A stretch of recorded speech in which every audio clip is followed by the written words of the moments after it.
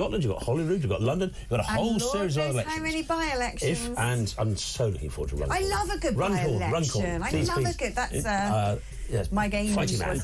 Reform just seems like the new version of the Republican Party.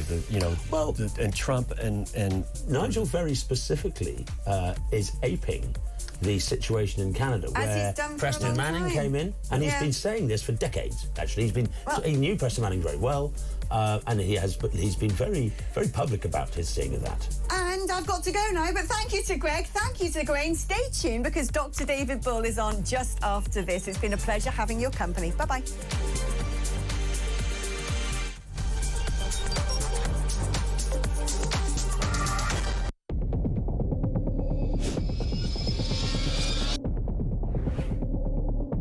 I spoke with His Majesty the King to request the dissolution of Parliament, and we will have a general election on the 4th of July.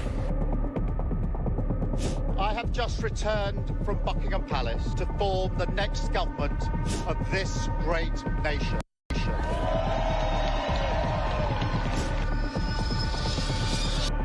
Take a look at what happened.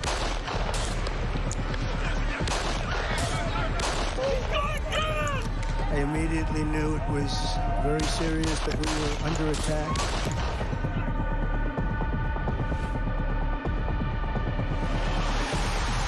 The time has come, and this surely is England's time. Williams, who scores, and Spain lead. The shot from distance is in.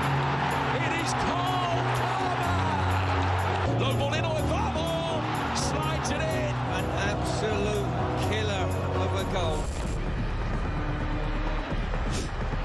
I agree with the protest, but I don't think the violence was anywhere near necessary. No, I mean, I don't think anyone, Nigel, would ever think that the violence was the answer at all.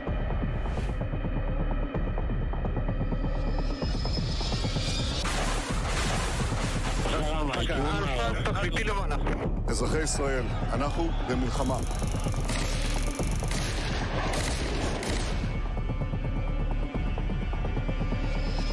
I probably took a bullet to the head because of the things that they say about me. If Donald Trump were president, Putin would be sitting in Kyiv right now. In Springfield, they're eating the dogs. The people that came in, they're eating the cats.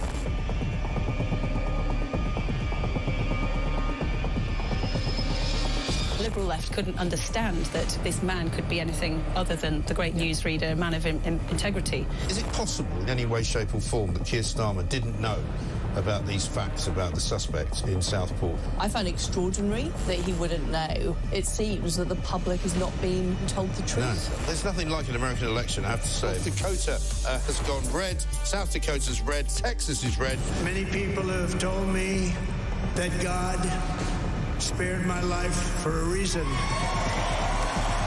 Bloomberg UK reporting Ukraine has made the first long-range missile strike inside of Russia. Across the UK, on DAB+, on YouTube, on the app, on your mobile, the home of common sense. This is Talk.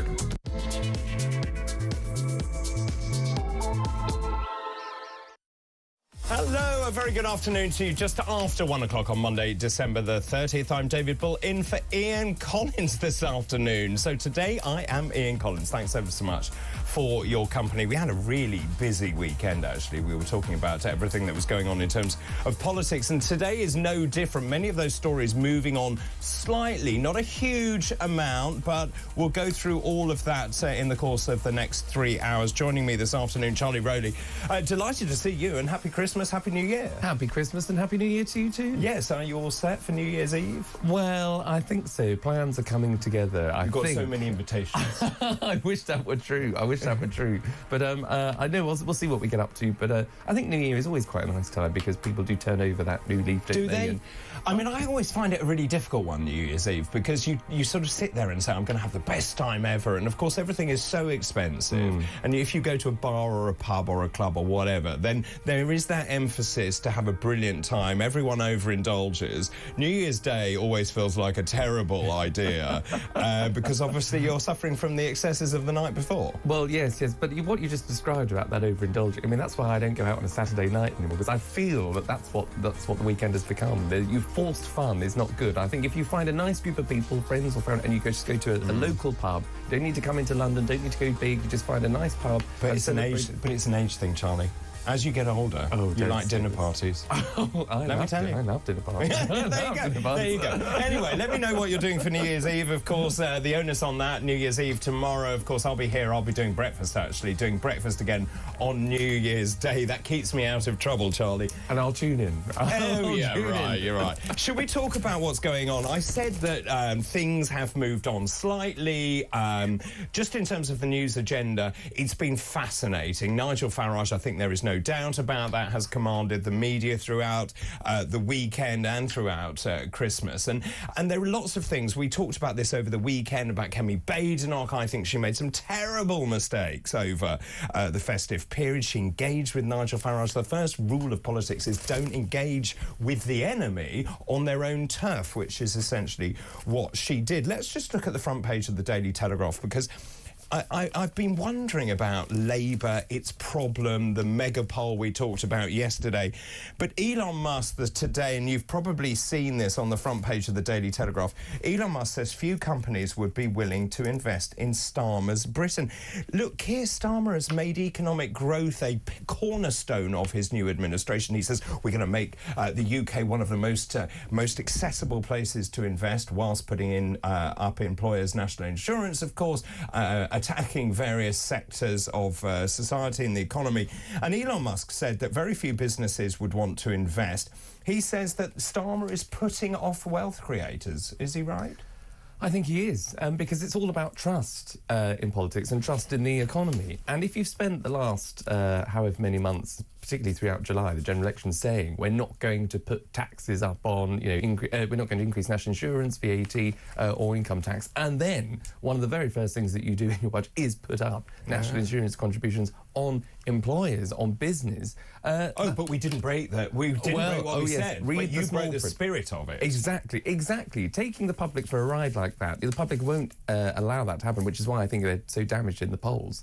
But I think, look, if you are a business, even if you got behind Labour, who they wooed for so long, Labour, to say, look, those Tories, they've taken us up to the highest tax burden, they've not got to cut your taxes, we can be the party of business again.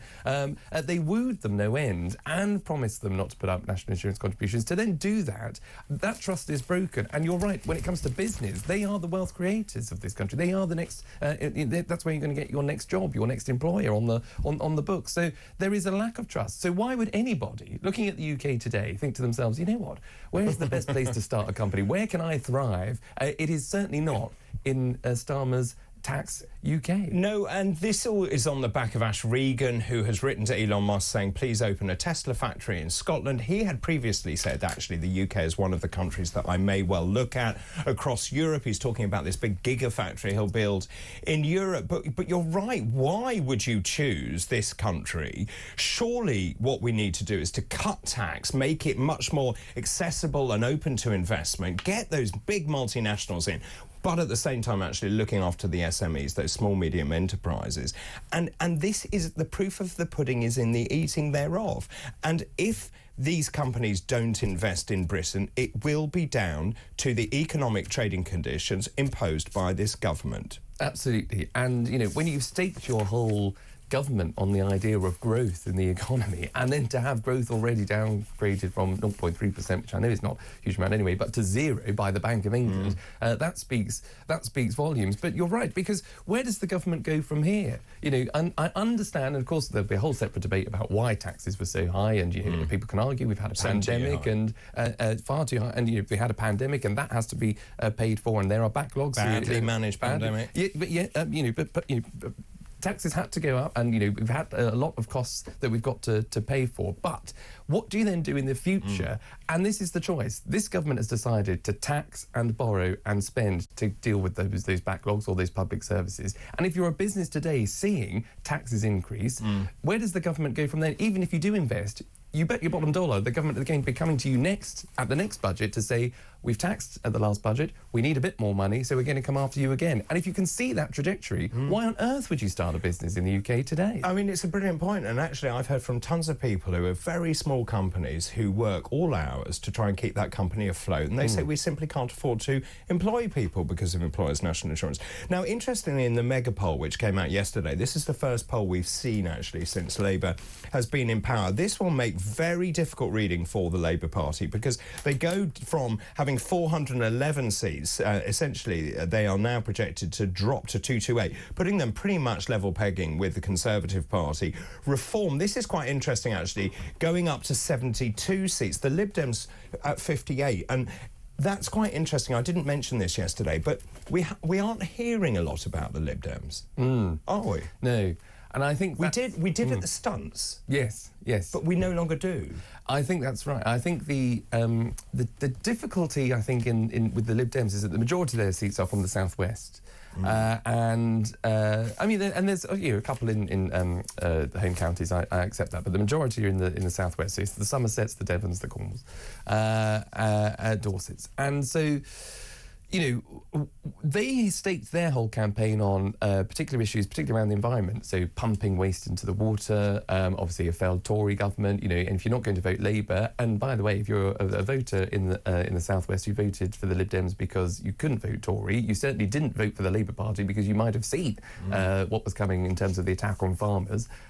So where do you go if you're a voter that was Tory, now Lib Dem, at the next election, when, as you say, you haven't heard from Sir Ed Davey for some time, where that is an area which I think needs a lot more work to understand what do voters actually need from the southwest. Where will they go next? And a lot of the southwest is rural. I'm from the east of England, of course. That is very rural. When you look at the ratings, Sir Keir Starmer has been warned, they are catastrophic in countryside voters. And I've spoken a lot about this, the disconnect between the Islingtonian dinner party circle here in London and actually what is going on the ground. And so just the inheritance tax stuff with farmers, they keep saying, well, it only affects a few farms, it won't affect the vast majority of farms, and anyway, you need to get around it. I saw loads of comments yesterday saying, well, you get around it by bequeathing the farm 7 years before you die. Well, it's not that easy, actually. It's much more complicated than that. But there is also a much bigger issue here, which is actually, in a time of increasing insecurity, the one thing we learned many years ago was you need food security. And so if you are going to penalise the farms, they'll be selling those farms off, or parts of those farms off, to pay this. Because remember, farmers are asset rich. Yes. They're not cash rich. Yeah, exactly. Asset rich, cash poor. That is exactly right.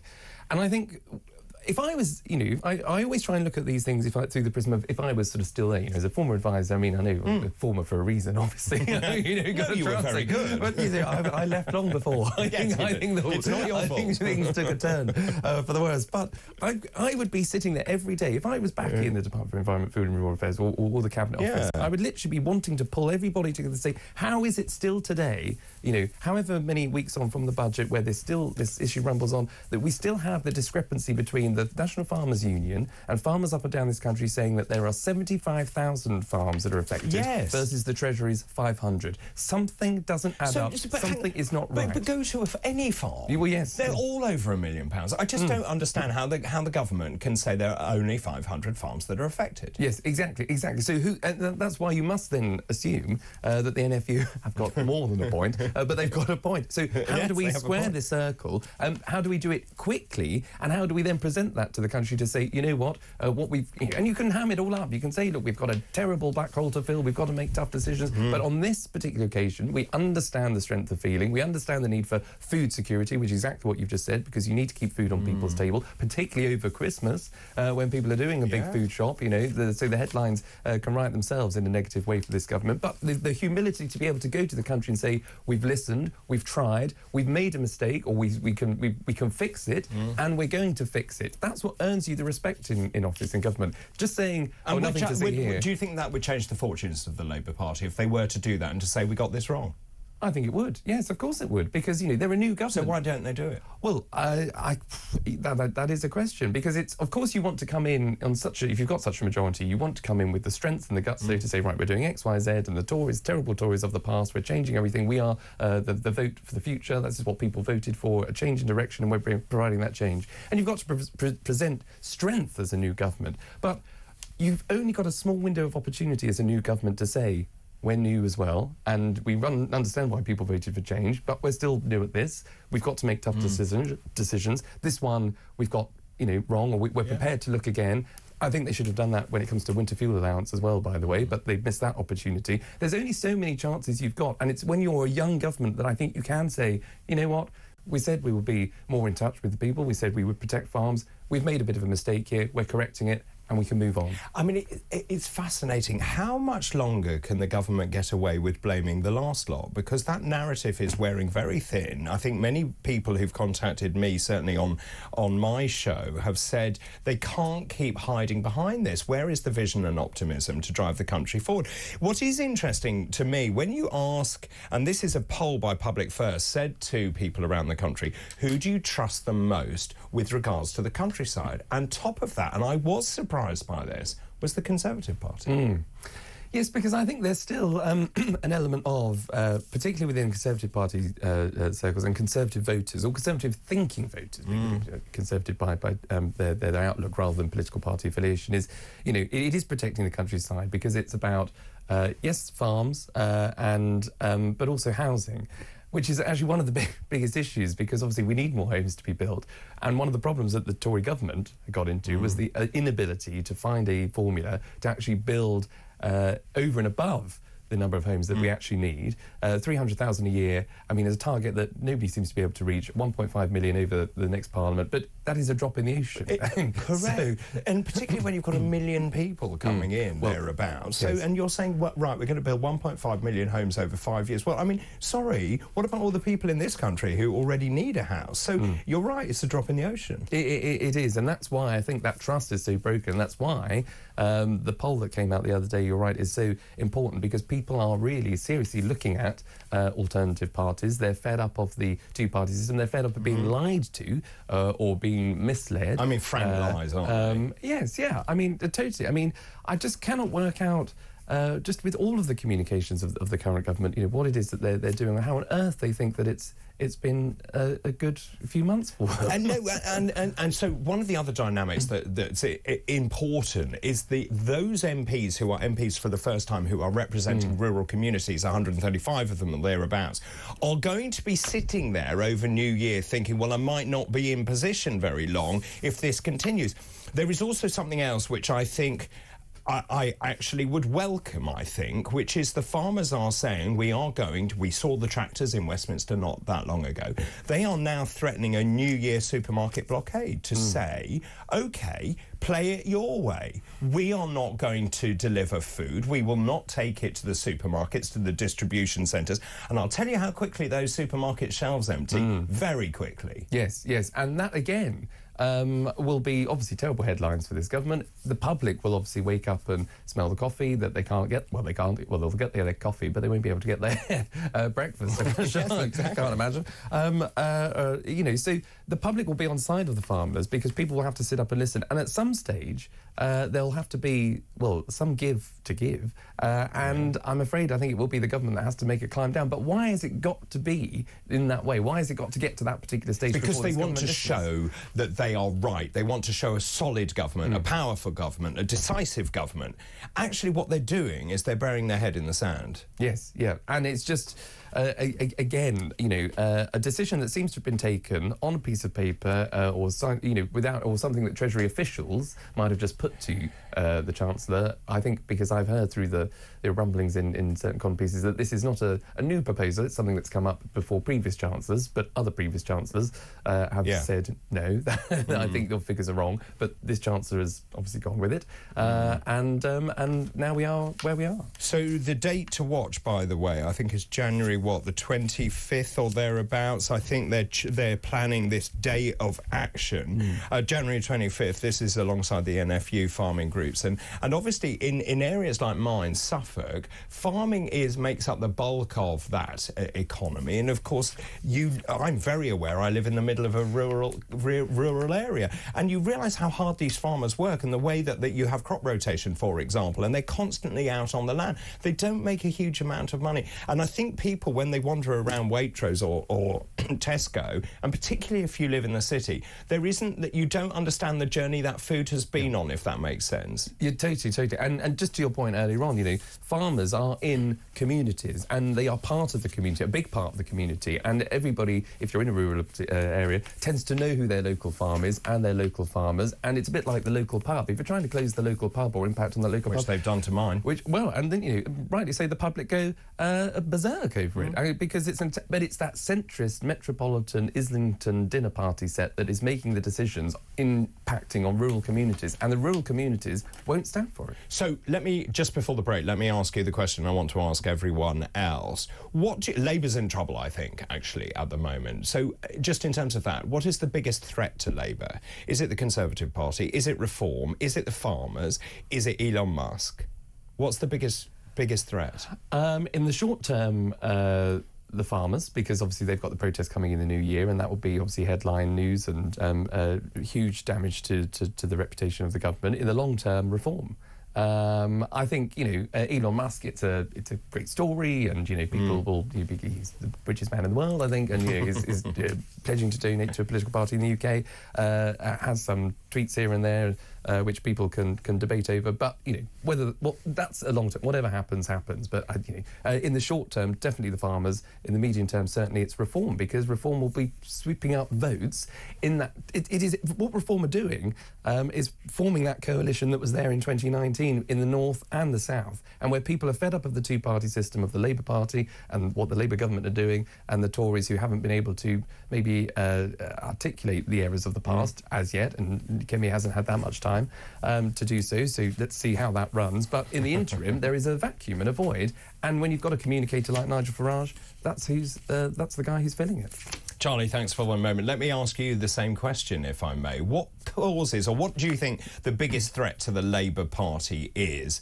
And it got me thinking this. Is it actually Elon Musk? Is it the Conservative Party? Is it Reform? Is it the WASPy women? Is it the farmers? Another group that the government has managed to alienate in the short time they've actually been there. One other thing I'll throw out there as well. Is it Labour infighting? Because you're going to start seeing some of those members of Parliament pushing back and saying, I'm not very happy about where things are going. I wonder actually how long Keir Starmer has got in power, and also the machinations and what is going on. I was reading an article actually by Wes Streeting some time ago saying he'd like to be Prime Minister. Well, we shall see. So who do you think is the biggest threat to Labour? Let me know your thoughts on that. 0344 499 1000. Calls charged at the national rate. You can text the word talk in your message to 87222. You can message us on X. You can send a voice note or a carrier pigeon or whatever you want to do.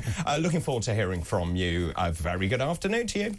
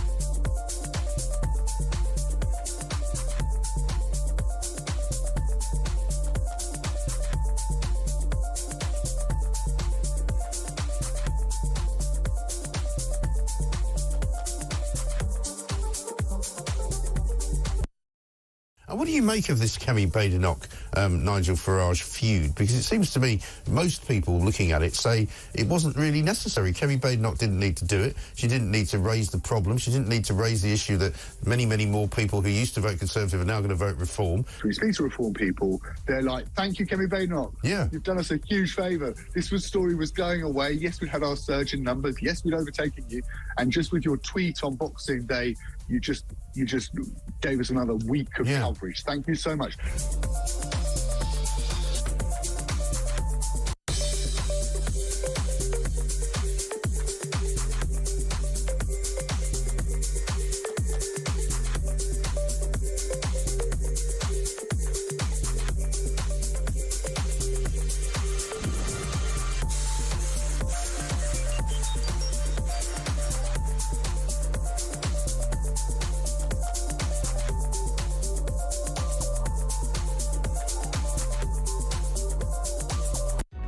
Across the UK, on DAB+, on YouTube, on the app, on your mobile, the home of common sense. This is Talk. Welcome back. This is Talk. 1:25. Charlie Rowley joins me this afternoon. Your responses are absolutely brilliant. Keep all of these coming in, please. I'm asking who or what do you think is the biggest threat to Labour? Let me couch that. Is it the Conservative Party? A renaissance of the Conservative Party once they've worked out what their policies are and actually apologise for the catastrophic mistakes they've made, and whether Kemi Badenoch actually can concentrate on the right issues. But that's a whole other thing, Charlie. Is it Reform? Is it the waspy women? Is it, and I rather think it might be, the farmers? Many of you getting in contact about that. Karen in Taunton, good afternoon to you. The threats to the Labour Party, David, upset the farmers at your peril. And the surge of Reform is also a big threat. Myself and my hubby joined over Christmas. It's marvellous, says Karen. Thank you for that. Dr. D, the biggest threat to Labour is their duplicity. Read their pre-election statements, the grasping attitude once in power, and the harm they're doing to our countryside through curtailing freedom of speech and two-tier justice. Janice in Staffs, good afternoon to you. Janice says the biggest threat is their own stupidity and their greed. Lots of other messages coming in about the countryside. Angus, thanks for this. You're going on about uncertainty in the countryside and what is going on. Starmer needs to think hard when he starts going after the sport, hunting, shooting, fishing lot. We've seen farmers on the streets in London. Wait till he carries on with this agenda, which is talking about the countryside. They will be very, very angry. I have no idea what will happen, but I don't think it will be pretty. It's a really interesting point that the farmers are pretty placid. They are law-abiding, hard-working people. I have never seen them so angry. And that sea of Barber green when it hits London is quite something. And of course, we saw a precursor to this with the tractors, didn't we, coming into London. I don't think we've seen anything like what could unfold. No, and they will be prepared to... I mean, look, the countryside and country folk, they don't get involved in too much. They don't complain because of the hours that they work, and they understand their sort of, it's a duty, in a sense, to be a farmer, because you know the responsibility of making sure that you're producing goods that go into the supermarket that puts food on the table for all Britain and across the UK. So people understand their responsibility, and they are not moaners. These are hard-working people who just go about their day-to-day and do their bit. But when they do get involved, obviously it's for a reason. And the food security, you're absolutely right. Just being able to see that chain of, produce from the farm to the supermarket shelves. And if people don't have that, then of course that, brings havoc right across the country, and it is a warning shot to the government that actually your central Westminster bubble of policies is not working, and actually the public, if you can't have that argument, if you can't see that through debate, and if you can't see it through meetings with our representatives, then obviously we've got to show you in another way why we're going to be impacted, and the public, I know whose side the public will be on. I do too, and also that's why those Labour MPs who have big farming communities will be very worried about the direction of travel. There's one other thing, net zero, Ed Miliband, of course, he's up there. interestingly, in that poll, he's one of the ones that could lose his seat as a result. And of course, I said yesterday we need a referendum on net zero. I just happened to look at what's going on in Berlin, and there's this big lobby group saying we need to get to net zero by 2030, this sort of disease that's caught on across Europe. But actually, there is huge apathy towards net zero across Europe, and I just thought that was really interesting. Berlin has rejected the climate neutrality by 2030 mandate. It's a massive blow to the radicals who want to go to net zero. And at the same time, the Labour's agenda is really odd. So they're pressing ahead with net zero. Huge amounts of money being put into net zero, even though we don't really know whether it works. And we only give 1% of global emissions. Meanwhile, they seem more intent to ban trail hunting, which is a very odd priority list for a new government, isn't it? It is. It's all out of kilter with, you know, what the challenges are that we currently face, what are the current problems that people right across this country care about. It's not trail hunting or a tradition that, you know, that isn't cruel. I mean, there's an argument over fox hunting and the cruelty, you know, in terms of the treatment of the fox and the animals there. But this trail hunting is not cruel, it seems to me, in that sense. So why are they going after the rural community at the same time of attacking farmers, at the same time as going after pensioners? I just don't understand what the priorities are in that sense. But net zero also, as you say, it's one that, you know, one that I'm more sympathetic to. We've had this conversation before me. I'm pro-environment, and I understand the global context that you can't solve the world's environmental problems if you don't have China and India and the US on side. But for the sake of our own country, I do want us to be more environmentally friendlier, but not at the cost at all of hard-working people. If it increases your bill, or if you've got to, you know, this idea that you might be forced to have a heat pump, some ghastly thing attached to your bill. I mean, I wouldn't mind if they were. I think they're awful. You know, well, yeah, you know, but people can choose. If you want to have solar panels, good on you, go for it. I think that's great. And if you can encourage that, fine. Offshore wind, just you know, alternatives to. I think all of those things are positive that we shouldn't just dial down. But if it's increasing the bills of people at a time where they're facing a cost of living crisis at the minute, that is not on, and that is why Ed Miliband is becoming increasingly unpopular and totally at odds with his own constituents and the country at large. He's on a one-man mission to have probably a one-way ticket out of Parliament, I should imagine. Well, and not just him. It looks like there are many of them. I think our time is up. I think, is that right? Oh, do you stay for longer, or is it only half an hour? I'm not really quite sure. Do you want to stay a bit longer? I think it's well, I'm always happy to stay for you. Why not? Why not? You're doing such a good job. Why not? Let me throw that question out to you again this afternoon. Who or what do you think is the biggest threat to Labour? Is it Charlie's lot? Is it the Conservative Party? If they regroup, if they decide what their policies are, if Kemi Badenoch picks her battles correctly, is it the Conservative Party? Is it Reform? Is it the farmers? Is it the waspy women? Or is it the elderly? Is it those people who've been deprived of the winter fuel allowance? Let me know your thoughts on all of that, please. 0344 499 1000. Those calls are charged at the national rate. After the break, I'm going to be talking more about this, just in terms of the political movement that's going on. I'm going to be talking to Andy Preston, who's a political commentator, former mayor of Middlesbrough, about Elon Musk's comments saying very few companies would invest in the United Kingdom at the moment, the number of seats that Labour is projected to lose. Also, we'll be talking about immigration, more deaths in the Channel. Labour says it will get on top of the immigration problem. Are they doing that? Have they got any plans? We'll discuss all of that after this break.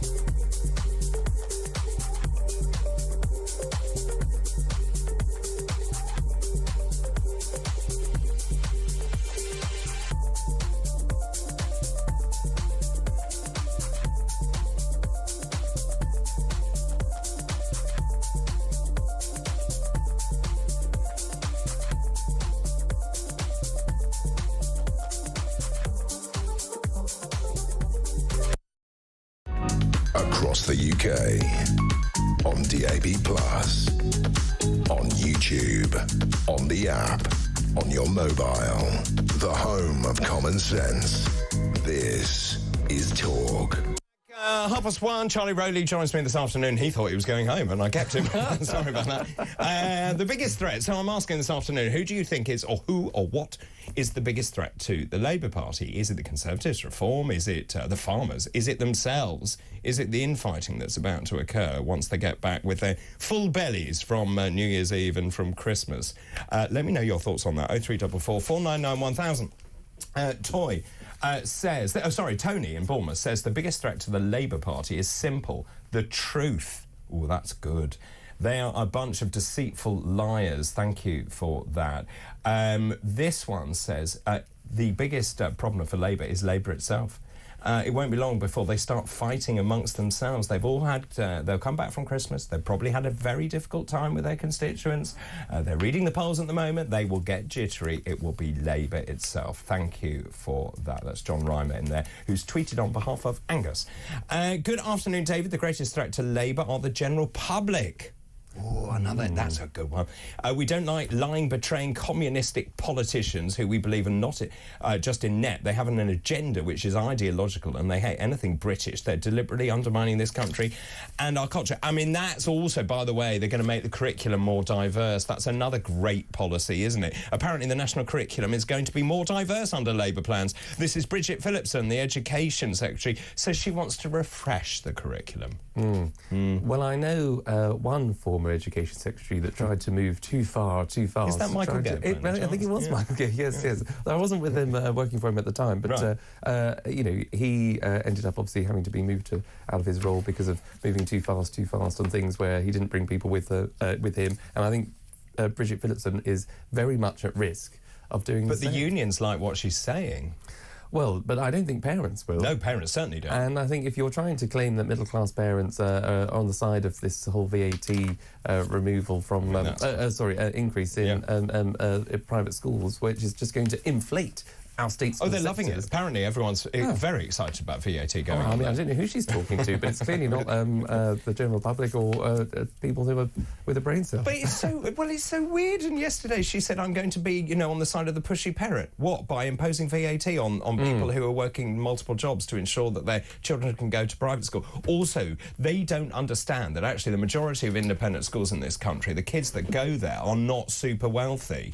Yes, and the whole idea around special educational needs, there are lots of parents that pay for their kids to go to private. And of course, we're not talking about the Eatons and the Winchesters. No, we're not talking about those 50,000 plus sort of fees. We're talking about people that might pay, just a few £1,000s per term, which I know is still a lot of money. Don't get me wrong. It's a lot, but it's also about priority. But it's priority, yes, exactly. And but people look, not everybody with money sends their kid to private school. It's about choice and where you spend your money. But the reality is, those people do pay for the state education through their taxes, through working hard and through their jobs. If they choose to send their children to private school, then they're entitled to do so. Let's bring in Andy Preston, who's a political commentator, former mayor of Middlesbrough. Good afternoon to you. Hello, David. Hi, everyone. Hi, really good to talk to you this afternoon. I mean, we were saying that the Labour government really hasn't been in power very long. The new poll, that mega poll, looks pretty awful reading, or makes very awful reading for the Labour Party. Just in terms of that, let me ask you the question I'm asking everyone. What is the biggest threat to Labour? Is it their lack of direction, misguided policies, the pressure of reform or the Conservative Party? Or is it just really upsetting core groups, core demographics, like the farmers? Good question. I think there are several massive threats to Labour right now. It isn't the Tory party right now. It could be, of course, in 2 or 3 months if they get their act together and come up with some policies and unite behind a leader. But right now, I would say the biggest single threat to Labour in the medium term is the economy. Everything they've done, everything they've promised was about the economy. The budget is predicated on the economy. If we don't get growth, and by the way, I'm sorry to give you an unseasonal message, but I think we've probably already slipped into recession. Yeah. If that's true, if the economy doesn't grow, we're knackered. And categorically, Rachel Reeves and Labour have two choices. They either come back and put taxes up again, or they start slashing services. Either of which will make them deeply, deeply unpopular. So I would say the economy is their biggest single risk right now. But reform are breathing down their necks in a load of council areas. Reform obviously are targeting, I think Kent is the one they're deemed to be most likely to do well in, but there'll be a range of places across Wales and England where reform do really well and get that ground, feet on the ground, to get some foot soldiers in local council seats, and they create that start to create that infrastructure that's needed for power in Westminster. I think you're right. I think Kent, Essex, Medway towns, those are obviously key battlegrounds for reform. Also, you mentioned Wales. That's really interesting. Scotland is another one to watch as well. Just the change in direction, political direction of those people who live in Scotland and Wales. Just in terms of this, I wonder what is going through Keir Starmer's mind. And can I just ask you about this?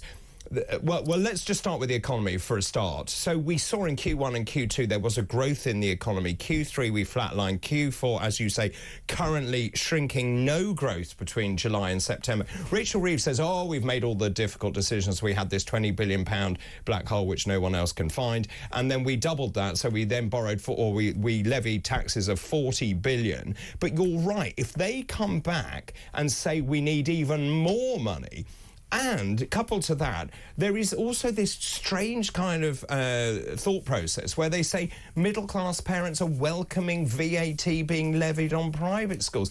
A, that's not true. B, it's fanciful. And C, I don't know where she got it from. Mm-hmm. Well, I've been thinking long and hard about the whole schools thing, David. And I suppose if you ask middle-class parents whose kids are in state schools, do they want parents of kids in private schools to pay more tax? They probably think yes. If you said to me, do you want the rest of the restaurant to pay for your meal tonight, or part of it, I'd say yes, of course I would.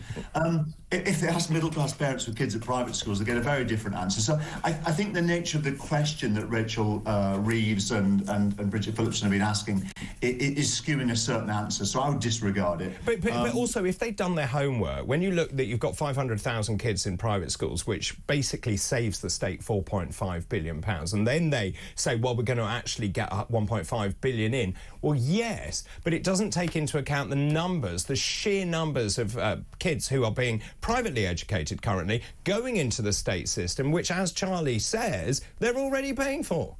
Totally. There are huge risks in Labour's assumption here, and that's how I know for certain, and I'm rarely certain of anything, but I'm certain that this was ideological. It was designed specifically to arouse the excitement amongst the left wing of the Labour Party that really hate private schools, because, of course, if Labour wanted to raise £1.7 billion and put that into state schools, which may be a brilliant thing to do, by the way, I'm not against that, the only way to do that with certainty is to put that in income tax. Income tax is the safest, surest way to raise money, and the fairest. So why didn't they do that? Because they didn't want to raise the £1.7 billion. What they want to do is be seen to be penalising those that send their kids to private school. That's the whole point of this. If it was really about funding state schools, they could have put income tax up for the richest by a penny or something like that. Can I just throw that to Charlie? Charlie, yeah. If they'd levied with the public and said, look, we need to invest in state schools, I think everyone would agree with that. We want everyone to have a world-class education. We want people to be great at maths and English, all those things. And if they'd said, right, a penny on income tax across the board, we're going to have brilliant state schools, I actually don't think many people would have complained. I think that's right. And I think Andy's absolutely right, because the way in which the communication has been laid out is to say, oh, the reason why we're doing this in the private school sector is because we've got to fund. There's an underfunding problem with our state schools. So if you're just making that direct comparison or that direct link between the two, the idea that when in the next budget, you know, the Education Secretary or the Chancellor then need to say, oh, actually, we need a bit more money. Well, hold on. You've already taxed us out of the private school sector. And in doing so, by the way, those pushy parents, those middle-class parents who send their kids to state schools, I don't think they'll be best pleased when they then have their kid in a class full of 35 plus, maybe, because it's an over now inflated classrooms in terms of their sizes. So the idea that the government have said we're doing this to pay for our state schools, I think they've boxed themselves in, and they can't raise income tax because, as I say, during the general election, they said that they wouldn't raise VAT, national insurance, well, they did say that about national insurance as well. Just coming back to you, Andy, if I may, one of the other things that Charlie and I were talking about is the farmers. Now, farmers, by their very nature, are hard-working. They're very angry about what is going on. And I don't really know how the government has arrived at this idea or this realisation, or what they say is the truth, that it only affects a very small number of farms, 500 farms, just in terms of the capping of the agricultural property relief. Most farmers I talk to say that's utter nonsense, because farms are asset-rich and cash poor. But when you start to see farmers mobilise, which they're talking about doing on the 25th of January, and when you don't have food security in this country, when there is no food on the shelves, that will be a major problem for the government.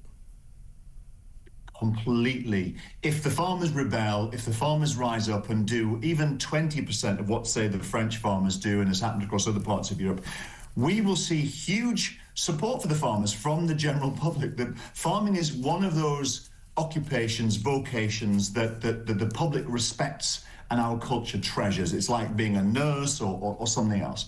And people will be behind them. The farmers could be a monstrous thorn in the government side. And I mean, I'm sat right now actually in Rishi Sunak's constituency in the heart of rural North Yorkshire. I mix with a lot of farmers.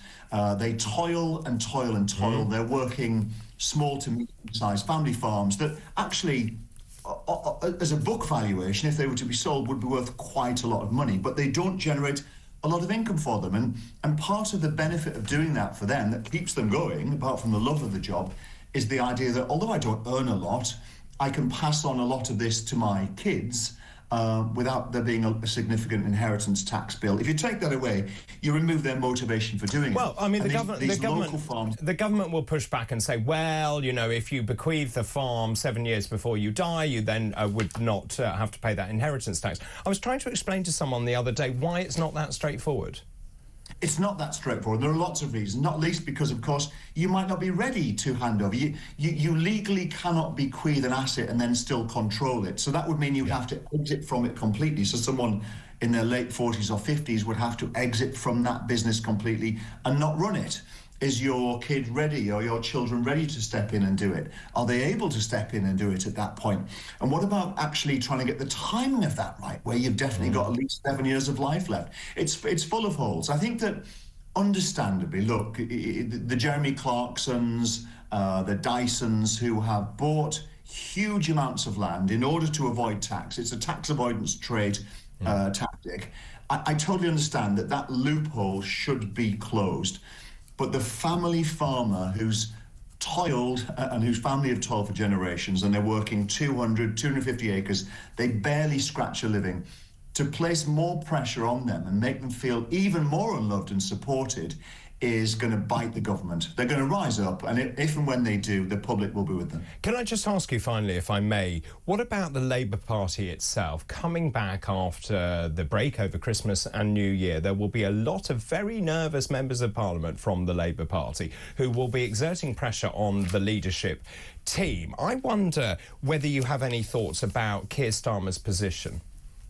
I think his position is very vulnerable. I think it was on this station I was talking to Peter Cardwell about 3 months ago, and I said I didn't think Keir Starmer would see out his full term, and Peter was like, really? And I said, yes, really. I mean, Labour's mandate, although the newspapers in July were full of these headlines about landslide victories, it really wasn't. Of course, they won a huge number of seats, but they didn't start from a position of popularity. It wasn't a Tony Blair-style win where the public's largely with. Well, they got fewer votes, didn't they, than under Jeremy Corbyn? Jeremy Corbyn. They're deeply unpopular. They've gone downhill.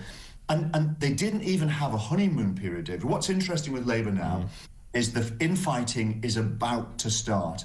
Because when politicians become worried about their own job, their own seat, they start to blame each other. They start to whisper in corridors and criticising the leadership. And they will absolutely now start to turn on Keir Starmer and Rachel Reeves. Wes Streeting and Angela Rayner, I'm sure, have a little black book of contacts who'll support them in their leadership bid. And I'm sure they're dusting that off over Christmas and making friendly calls.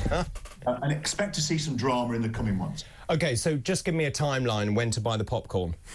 I would say from now, but actually make sure you're in your seat with popcorn and a Diet Coke for the results of May's local elections, where Labour are sure to get... Unless they stop the local elections by saying they're going to be unitary authorities, changing the rules again.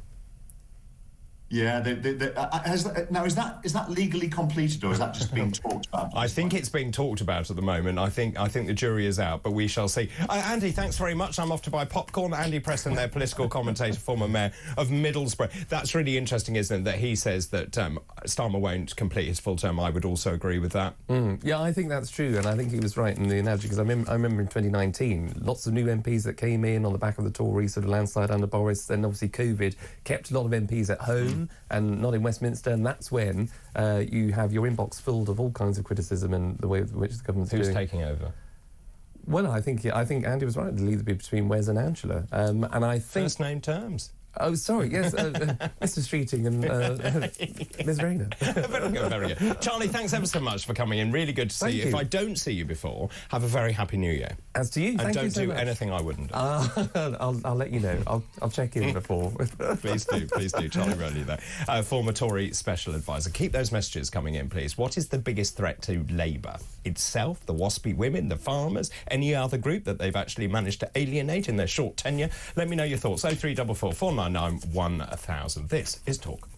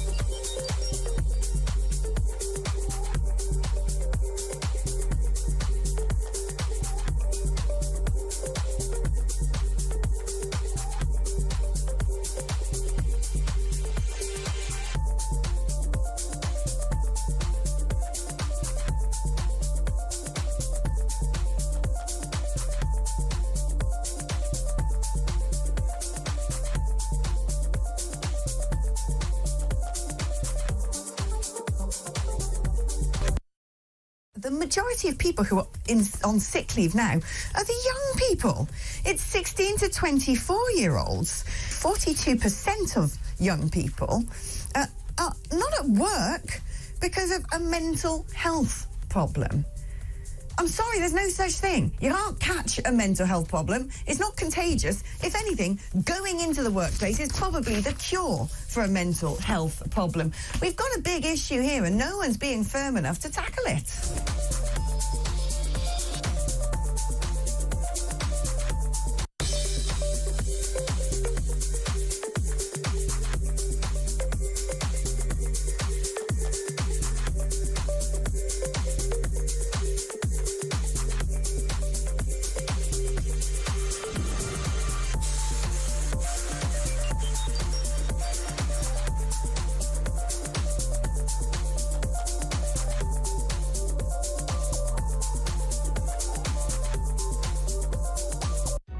Across the UK, on DAB+, on YouTube, on the app, on your mobile, the home of common sense.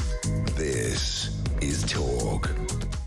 This is Talk. I'm David Bull, in for Ian Collins. Thanks for your company. I'm very discombobulated being here in the afternoon, not in the mornings. But anyway, there we go. I'm asking today, just based on Elon Musk saying that this is not a great country to invest in. This is based on Tesla thinking about investing in a gigafactory up in Scotland, but he's saying that this country isn't actually a great place to invest. I'm also asking about Labour's priorities. They seem very skewed to me at the moment. Also, that mega poll showing just how many seats Labour would lose. And that got me thinking, who or what do you think is the biggest threat to Labour? Is it the Conservative Party? Is it Reform UK, Resurgent Reform UK? Is it the farmers, if they actually do go on a protest? Is it the waspy women, the rural vote?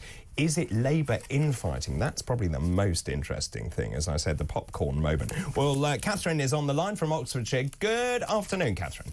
Oh, good afternoon, David. Thank you for having me on. No, absolute pleasure. Oh, well, I was just listening. I was doing some jobs inside. We are farmers. I might get emotional. Third generation. And when this farming tax is actually will decimate 75,000 of us. We're a small family farm, 200 acres. We do cattle and we do some sheep and we do arable. Yep. Now, our cattle eat what we produce and we sell to the supermarket. A lot of ours goes into Marks and Spencer's, but the fact is, I think Starmer, he's got to be aware of the farmers, the self-employed, the small businesses, everybody who's worked hard all their life, and they've never been at the M25. They've never visited a farm. I've rung this station about 5 times saying I would love to speak to one of these Labourites who think they know about the rural community, and they haven't got a clue. So I totally agree with you. As I said, I live in farmland. I mean, I live in rural Suffolk. I don't understand how the government says this will only affect 500 farms. You only have to talk to a couple of farmers to understand exactly what you're saying. 200 acres. The fact is that actually you're pushed on your margin so hard by those supermarkets that you don't earn a great deal of money. No. And also, at the end of the year, you don't have a huge amount of cash. You're absolutely right. And the fact is, we're third generation, and I got very upset because my father-in-law, who's obviously passed away, came to our farm with barely anything and, built it up. My husband, my son, and if my husband and I die tomorrow, in 2026, they have to pay £1 million to the tax man. Well, that's outrageous. And so I think it's an underhand land grab. Why has Starmer allegedly met with, a company like BlackRock? Oh, yeah, well, you can see what's going to happen. It's going to be a land grab by another name. It's like they've never actually come to a farm, none of them. And they're talking about rural businesses. They haven't got a clue. And they haven't even got they've got the audacity not to even say, oh, right, yes. How many times have I said, well, why didn't you come and visit a farm? They don't do it because they don't understand. They don't understand about how the land works. People see our land, our house, and think, oh, it's all right. Well, actually, it isn't. No, and also I'm also very mindful of the fact you're custodians of the countryside. I just see how much the farmers do in terms of the hedge trimming, making sure that the rural roads are clear, all that stuff that the townies would never see. No, and I think Jeremy Clarkson, with his Amazon programme, has done a lot to educate people on how farming works. And I thank him for that. I mean, I'm in 3 categories that you're mentioning. I'm a waspy woman. I've been a teacher for 40 years. I'm 70 years old. I help my husband on the farm because he's not so well, and my son, we can't afford to pay him to stay here every day of the week. This is what we're all up against.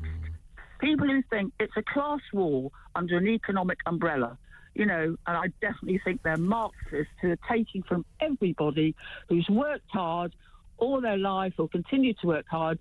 As you say, do something for your children. And, all the farmers now, we're all thinking, well, what's the point in repairing a barn or doing this or doing that? because it's just going to add value to the place. And all the allied companies as well, you know, farm machinery, feed firm, all these other people, all these allied industries.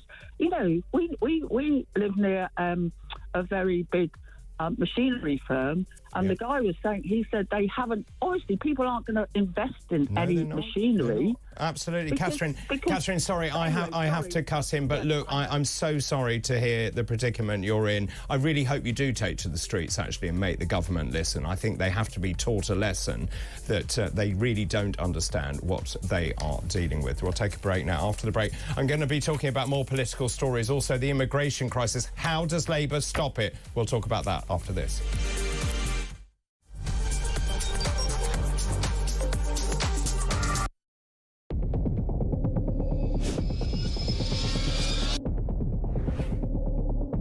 I spoke with His Majesty the King to request the dissolution of Parliament, and we will have a general election on the 4th of July.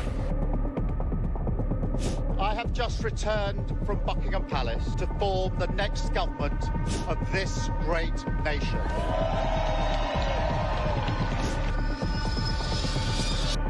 Take a look at what happened.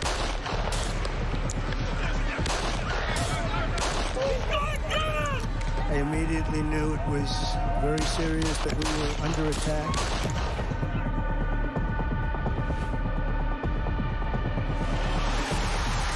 The time has come, and this surely is England's time. Willie Earns who scores, and Spain lead. A shot from distance is in. It is Cole Palmer. Low ball in, Oivamo slides it in. An absolute killer of a goal. I agree with the protest, but I don't think the violence was anywhere near necessary. No, I mean, I don't think anyone, Nigel, would ever think that the violence was the answer at all.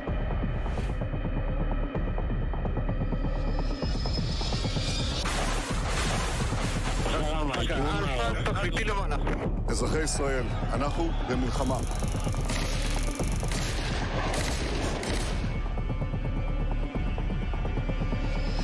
I probably took a bullet to the head because of the things that they say about me. If Donald Trump were president, Putin would be sitting in Kyiv right now. In Springfield, they're eating the dogs, the people that came in, they're eating the cats.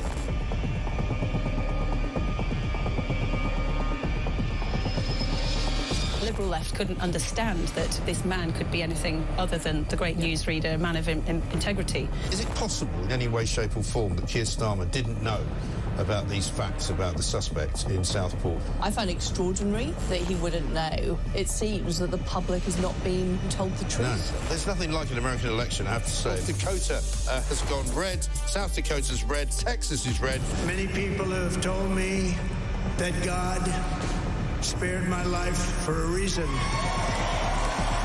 Bloomberg UK reporting Ukraine has made the first long-range missile strike inside of Russia. Across the UK, on DAB+, on YouTube, on the app, on your mobile, the home of common sense. This is Talk.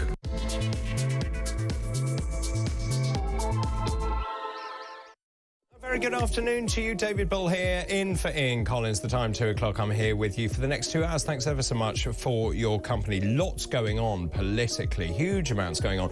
And I've been asking this afternoon, just in terms of the Labour government, I imagine there's been a lot of deep thinking going on amongst particularly those younger MPs elected for the first time, thinking, actually, I may well lose my seat, and rather quicker than I first thought. And that's why it got me thinking, who or what do you think is the biggest threat to Labour? Is it a resurgent Reform UK? Is it the Conservative Party once it decides what its policies are? Is it the farmers? If they do go ahead, as we heard, like from Catherine, the anger from farmers at the way they're being treated by the government, the complete lack of understanding from Whitehall as to how hard farmers work, what they do, the custodians of the countryside. The fact is they're asset rich and cash poor. Then, of course, you've got all of those people striving having to send their kids to independent schools who are going to be levied with VAT very shortly. And, of course, you've got Bridget Phillipson saying that they welcome that. Everyone sitting around a lunch table saying, oh, thank goodness I'm paying VAT on school fees. It's absolutely nonsensical. So who or what do you think is the biggest threat to Labour? Let me know your thoughts. 0344 499 1000. You can text the word talk and your message to 87222. Lots of you getting in touch. John in Wallington, one of our regulars, good afternoon to you. David, the biggest threat to Labour is reform. They're doing great and they're nowhere near the height of their power. They have some great backers. They'll be a major player at the next election. They're going from strength to strength and there is much more to come. Max in Warwickshire, thanks for this. Hi, David. I think Labour's biggest threat is the winter fuel allowance. That will come back to bite them. And hospital waiting lists. Agreed. Aradazi wrote that report basically saying the NHS is not fit for purpose. Now, the Labour Party believes the way to solve this currently is to throw more money at it. Well, quite frankly, that is not the right solution. Also, he goes on to say if we get an extra cold winter, old people dying in their masses, then Labour will get the blame for that. I'll do one more. Good afternoon, David. Margaret in Tunisia. Good afternoon to you, Margaret. How glamorous. What no one is saying is what damage is it doing to those children? And we're talking about children here in independent schools. What damage is it doing to those children who've been attending a private school and they're now being torn away from their teachers and their friends? They're being dumped into a state school. It is heartless. I totally agree. Why wouldn't you do it? If you believe this is the right policy, why wouldn't you wait till the end of the school year so at least they can complete their studies, say goodbye to their friends, and they move on anyway at the end of the school year? But to do it halfway through, I agree, is heartless. Let's talk more about the problems facing Labour. Joining me now is Robert Taylor, political commentator. Rob, really good to talk to you. Hello, David. Can I just talk about what is going on? So we've got a mega poll here showing just how badly Labour would do. This is the first big poll we've seen since Labour came into power. So they go from 411 seats down to 228. That pretty much puts them neck and neck with the Tories. Reform goes up to 72, the Lib Dems on 58. What is interesting about that poll is also the number of cabinet ministers who would lose their seats as a result. We would see people like Angela Rayner, the Deputy Prime Minister, go. Couldn't happen to a nicer lady. Yvette Cooper, the Home Secretary. John Healey. Defence, Ed Miliband would be out as well. Energy Secretary, Bridget Phillipson. Jonathan Reynolds. That should concentrate minds in the Labour Party, shouldn't it? Well, it certainly should. I mean, they've been a terrible government, the worst in my lifetime so far in the first 5 or 6 months. We gave them a brief honeymoon period to see what they were going to do, and it quickly transpired that they had over-promised by a country mile in the election campaign and then under-delivered by an equal margin. So the biggest thing, David, I think we can learn from this poll is that the scales have fallen from the eyes of the British voters. I think I'm really struck by the call. I don't know if you heard it from Catherine, who's a farmer, who was getting very emotional about how much effort they'd put into their farm. They'd built it up from nothing. Her husband is not in great health now. They can't afford to pay the son who is working on the farm. And yet you have a Labour government saying that, oh, we're only 500 farms are going to be affected because their farm's over £1 million. I just don't understand why the government, which has had so long to think about policies, has such a lack of understanding about most policies, and particularly policies that affect the rural countryside. Yeah, I'm with you entirely on that. And it's for a relatively small amount of money that the Labour government is going to earn or save through these measures. The same with VAT on school fees. It looks as though they've just got their sort of bogeymen out there, and they say, we don't like the rural areas, we don't like people who send their kids to private schools, we don't really much like private enterprise, so we're going to whack up national insurance. And they're just doing what? The the left often does, I'm afraid, and it never works. And of course, we're seeing an increasing number of people working for the state sector. We're going to talk later about the numbers of people, particularly those people not in education, employment or training, the welfare bill that we are being forced to foot. But also just in terms of Starmer generally, it seems to me their policies, and if you are in opposition for so long, surely you would hit the ground running and you would come up with things that are really important, that would garner support across the country. You're right, they have cherry-picked their bogeymen, those ideological campaigns that I suppose the far left would think are mostly important. So it would seem, but and I was wondering. I mean, I've been against the idea of a Starmer government since Starmer came in to office as the head of the Labour Party, and I've been warning people through my writing that I didn't think he could be trusted, that he was a flip-flopper, that he would flip-flop again when he got into power. But they were so confident, the Labour Party, and Starmer particularly during the election campaign, that even I was wondering, have they got something up their sleeve? Have they got some magic formula that's going to sort out the country's problems? Well, of course they don't. And that's what a lot of us were saying beforehand. But they conned a lot of people in the process, hence their massive majority. Now, one of the biggest problems, we've talked about the economy. The fact is that we've seen no growth in the last quarter. We believe that we're heading into a recession. Rachel Reeves, with that budget, which has terrified people. And, of course, she is saying they're going to come back for more money, or they may be forced to do that. One of the other big electoral issues, and the reason Reform is doing so well, is immigration. There is no doubt about that. We know that 3 migrants died, another 3 which is a terrible human tragedy, whilst trying to cross the Channel to the UK. We saw huge numbers of police, firefighters, ambulance crews near Sangatte. And now the Labour government says, oh, we're going to get tough on immigration, we're going to smash the gangs. And yet, more than 150,000 illegal migrants have crossed since the small boats crisis began. At Christmas Day and Boxing Day, we saw 858. If they don't get on top of this, and another policy they did, the minute they got in, was scrap Rwanda, the only deterrent that we had.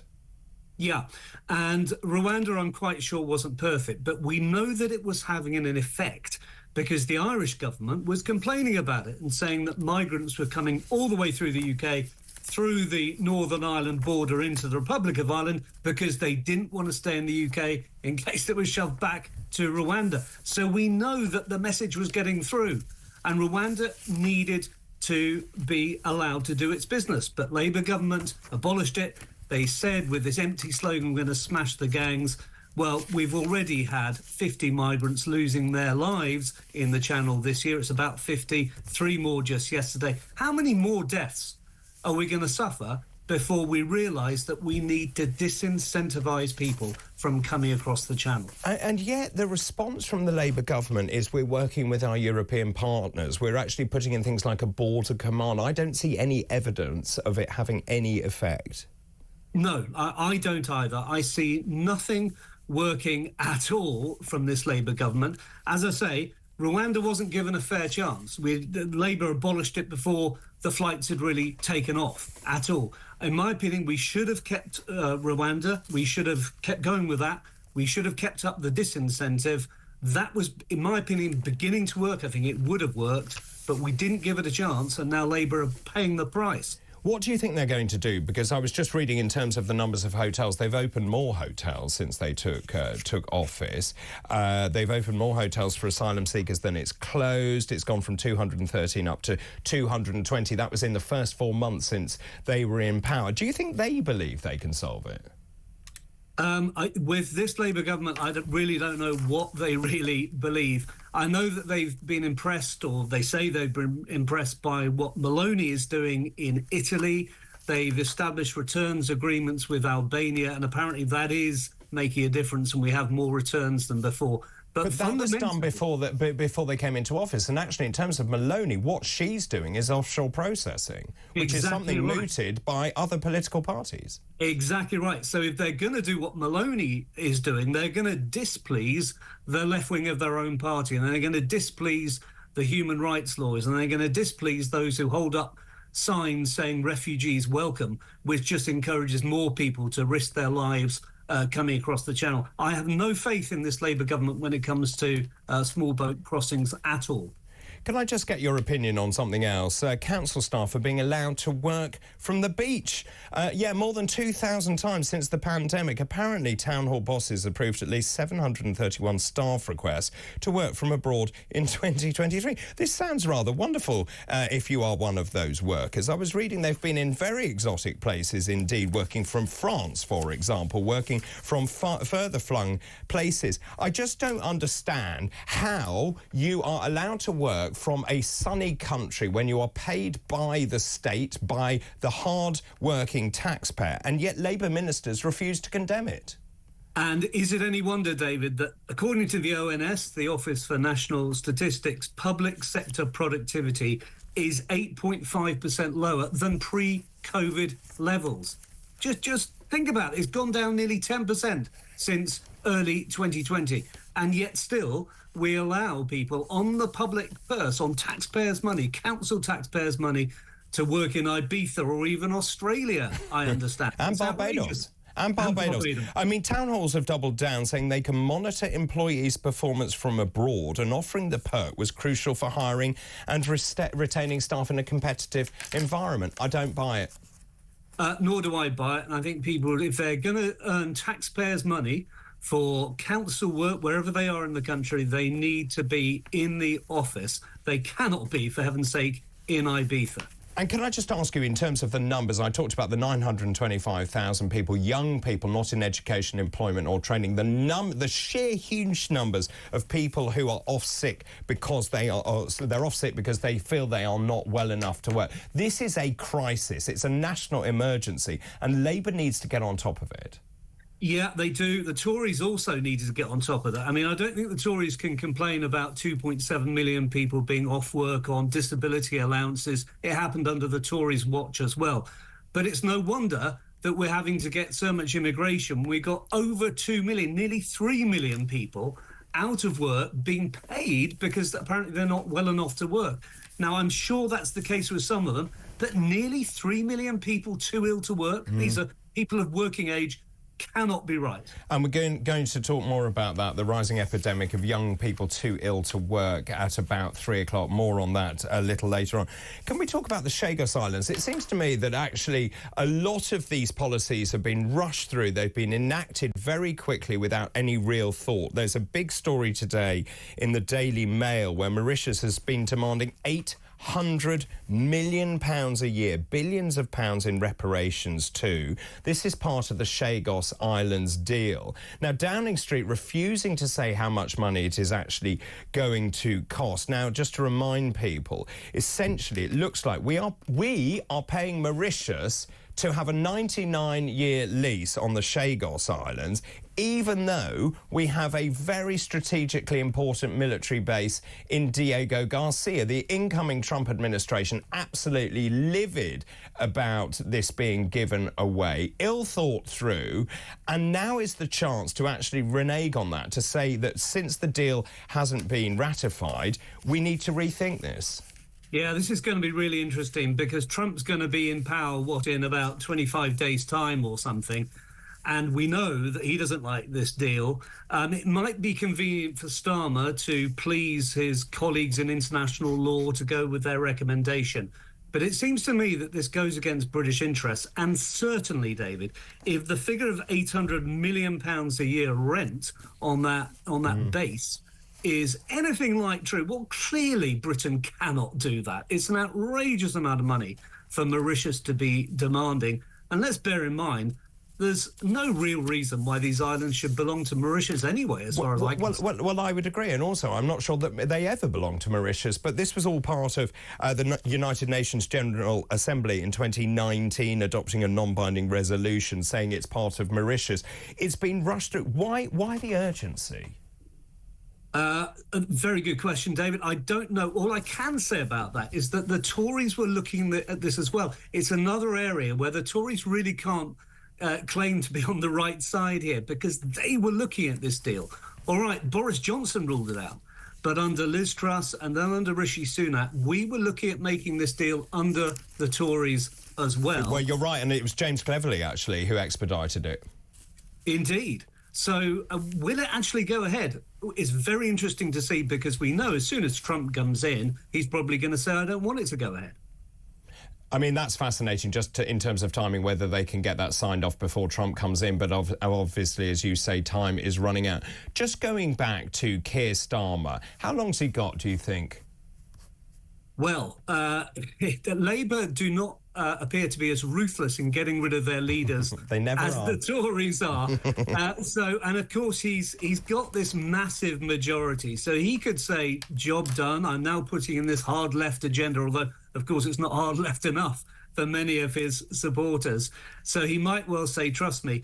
But if polls like that carry on, David, that we saw just at the weekend, with his majority being slashed, then I think people in the Labour Party will get very itchy about it, and you could have Wes Streeting or Angela Rayner think to themselves, I fancy the top job. Let's see if we can give Keir Starmer the boot. Well, it's interesting because I went back and had a look at some notes, but Wes Streeting, this was written in 2023, last year. Wes Streeting revealed he does harbour ambitions to be Prime Minister one day, saying he would die happy if he had the chance to be Labour leader.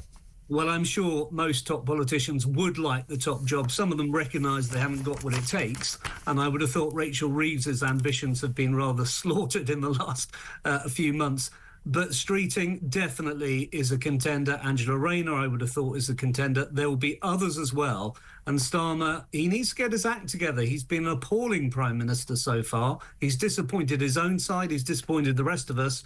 He's got to get his act together very quickly, or within a year or so, David. You asked me how long. I'd say a year or so, he could be facing severe difficulties. Robert, really good to talk to you. I wish you a very happy new year as well. That's Robert Taylor, political commentator. Lots of messages coming in. I'll go through some of those in just a minute. I'll go through those after the break. I'll also take some calls, your thoughts, your messages. Keep all of those coming in, please. This is Talk.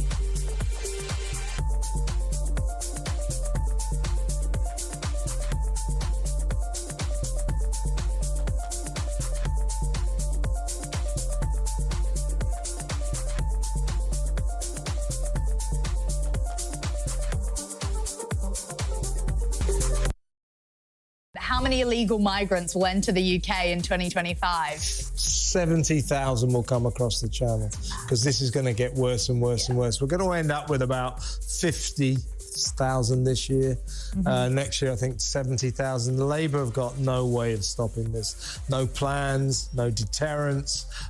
They make this country more and more attractive for people to just jump onto boats.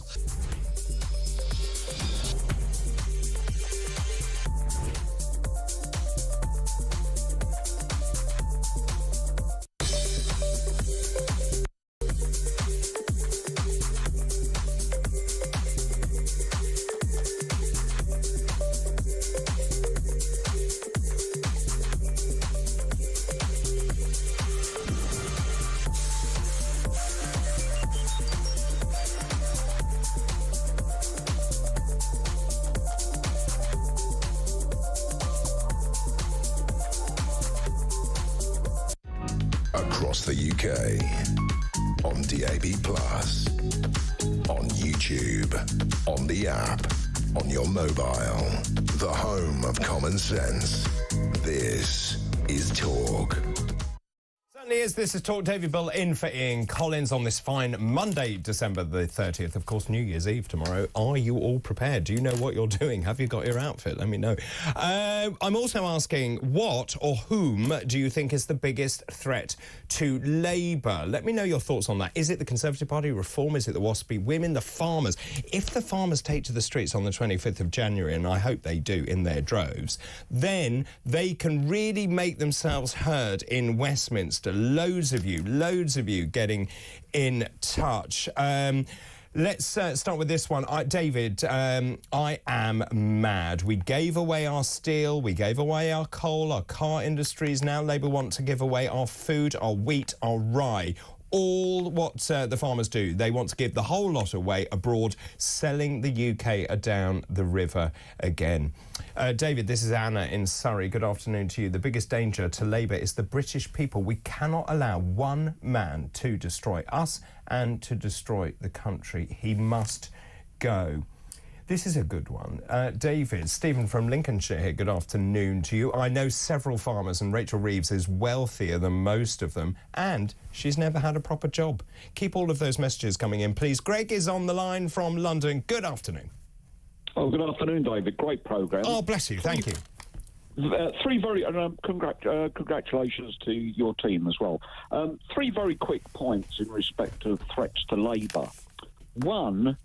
I think it was Francis Pym who said, and subsequently fell out with Thatcher, because he said huge majorities are a danger to the incumbent party. And I think one of the big problems Labour has got, it's got a huge, very fragile majority. We're going to probably have a by-election in the fairly near future from the Fisticuffs MP in, I think it was Runcorn. And by-elections will follow. When you've got a huge majority like that, by-elections follow as night follows day, because there's scandal, illness, all sorts of things, and it all starts to chip away. Remember when Boris's 80 majority went down pretty quickly to about 60?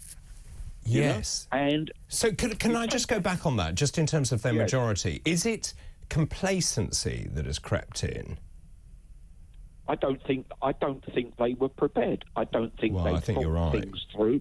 I don't think they thought things through. And another thing, I think Keir Starmer is petrified of the public. You never see him in public now.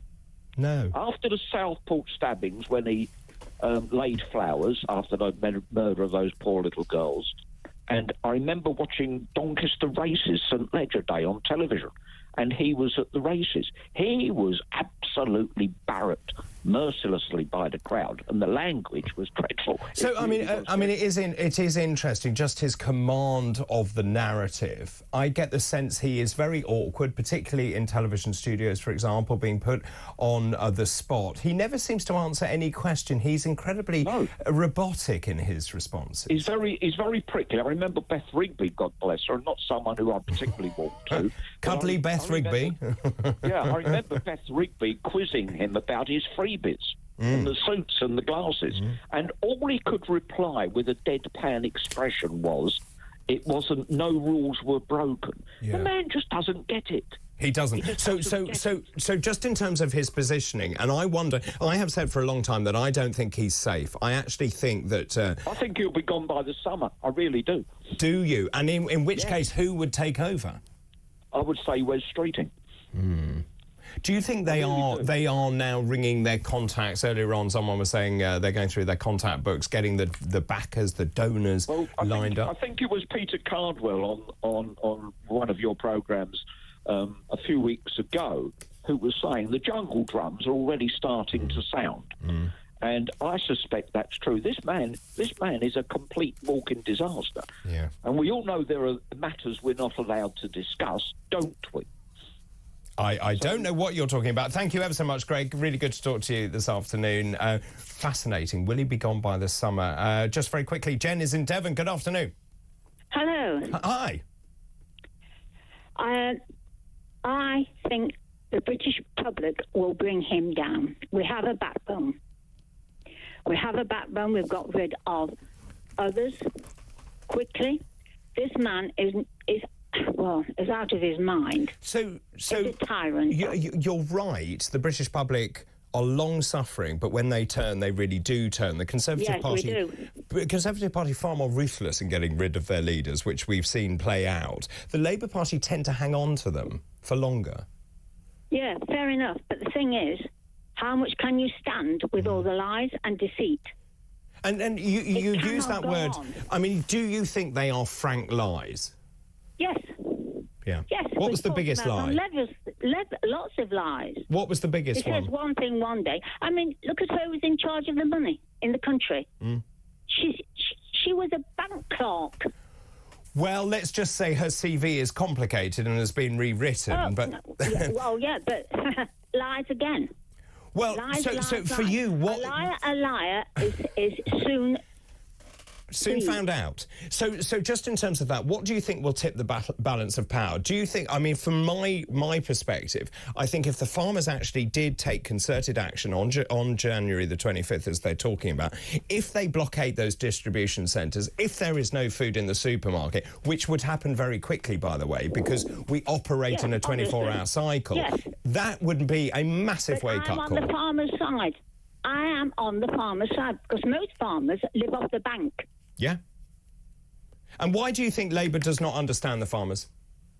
I don't think this bloke has got anything between his ears, apart from what he wants, and he's a ruler. We got rid of Adolf Hitler. We must get rid of him. Well, that's a huge comparison. Of course, they can't be compared in the same way, but I get the drift of your messaging. Jen, thanks ever so much for your call. Fascinating stuff. How long has Starmer got, do you think? Who is the biggest problem for him? Who or what is the biggest threat to Labour? Is it his own party? I suspect it may be. Of course, those people who are conspiring against him. Angela Rayner, is it West Streeting? Are they on manoeuvres? Lisa in Hertford says, hi, David, I'm far more optimistic. If the farmers impose food shortages, I don't see how the government will survive that, on top of all the other damage they have inflicted. I mean, it's fascinating that they're going after the farmers as well, and then Ed Miliband sticking solar panels everywhere as well. Keep all those messages coming in, please. Who or what is the biggest threat to the Labour Party? Conservatives reform, is it their own party themselves? Keep all of those messages coming in. We will take a break. After the break, I'm going to be talking about the latest immigration figures and your thoughts on all of that, please. We'll be talking to Robert Bates, Research Director at the Centre for Migration Control. That's all still to come after the break. This is Talk. Good afternoon.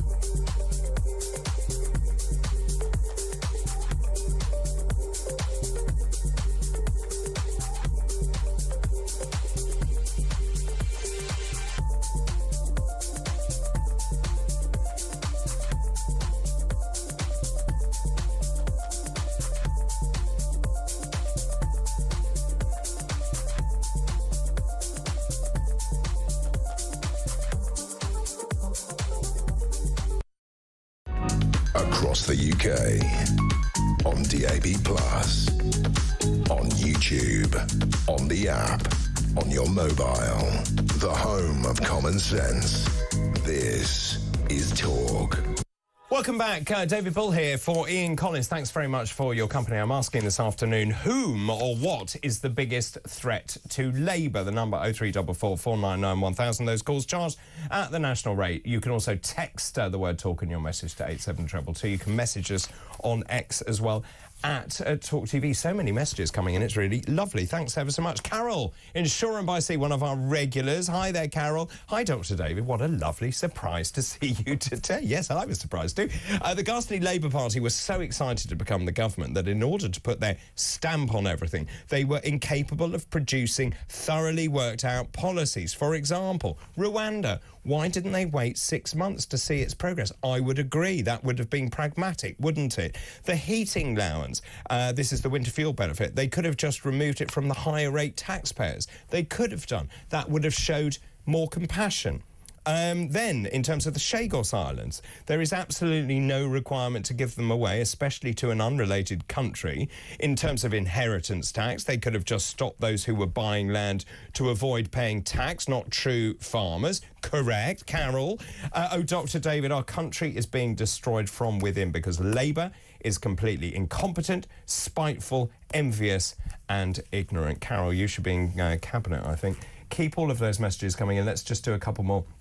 Hi, David. Let's just look at these. Sorry, a couple there that I've already read out. David, the Tories won't be coming back in 2 months' time. They could promise the earth and few would vote for them because their credibility is shot. The only possible advantage they have, Labour are even worse than them by a country mile. That's Tad Davison in Cambridge. Thanks for those. Let's talk now about immigration. I think there are two massive issues in terms of the next general election. One is the economy. The other is immigration. Well, as we know, very sadly, 3 migrants have died whilst trying to cross the Channel to the UK. A huge search and rescue operation mounted. This was yesterday after so many casualties. I mean, what happened was absolutely dreadful. An overpacked boat already, then another 50 people tried to get on the boat. It caused absolute panic. The boat tried to progress across the crossing, and those who couldn't stay on it then swam back to land. It was freezing cold as well. Let's just look at the numbers.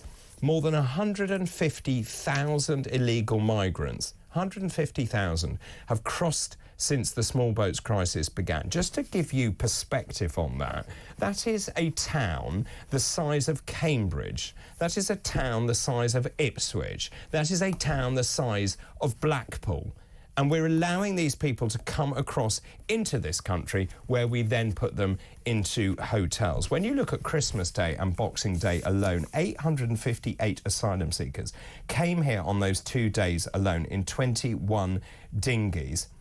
In terms of the total, so far this year, 36,525 people have crossed the Channel.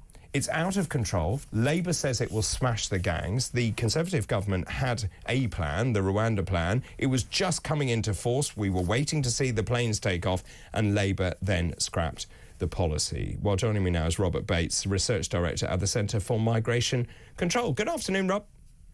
Afternoon, David. Thanks for having me. No, always pleasure to talk to you. Just in terms of this, I mean, where do we go from here? All I hear is rhetoric from the government, and yet what people at home are angry about is they see unfettered access to this country. The weather is pretty terrible, and yet you're seeing these vast numbers of people coming across. There is no disincentive. There is nothing saying you are not welcome in this country.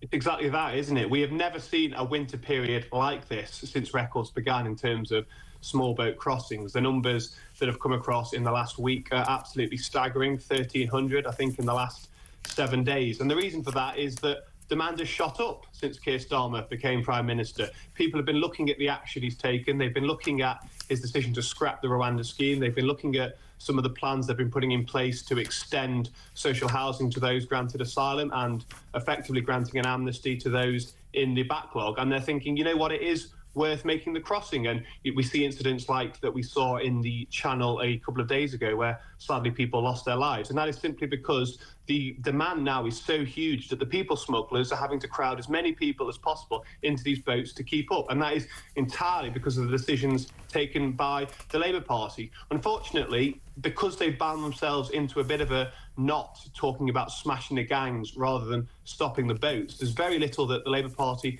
can actually do. We've seen gimmicks today about them spending 15 million on surveillance satellites to monitor people coming across the channel. But none of that will actually stop the demand. None of that will actually stop the people that are wanting to make the crossing. So unfortunately, the Labour Party are going to run out of road very, very quickly. OK, so let's talk about the spy satellites. This is a big article in our sister publication, The Sun. The Home Office is spending 15 million quid on satellites which will be able to track migrants attempting to cross the channel from space. I think you make a very good point, which is there will be enhanced surveillance for the Joint Maritime Security Centre, which ensures the country can respond to threats to security, law and order. Now, when you read what the Home Office says about this, it will improve our ability to detect dark targets which do not emit tracking data, such as ships used by criminals to smuggle goods.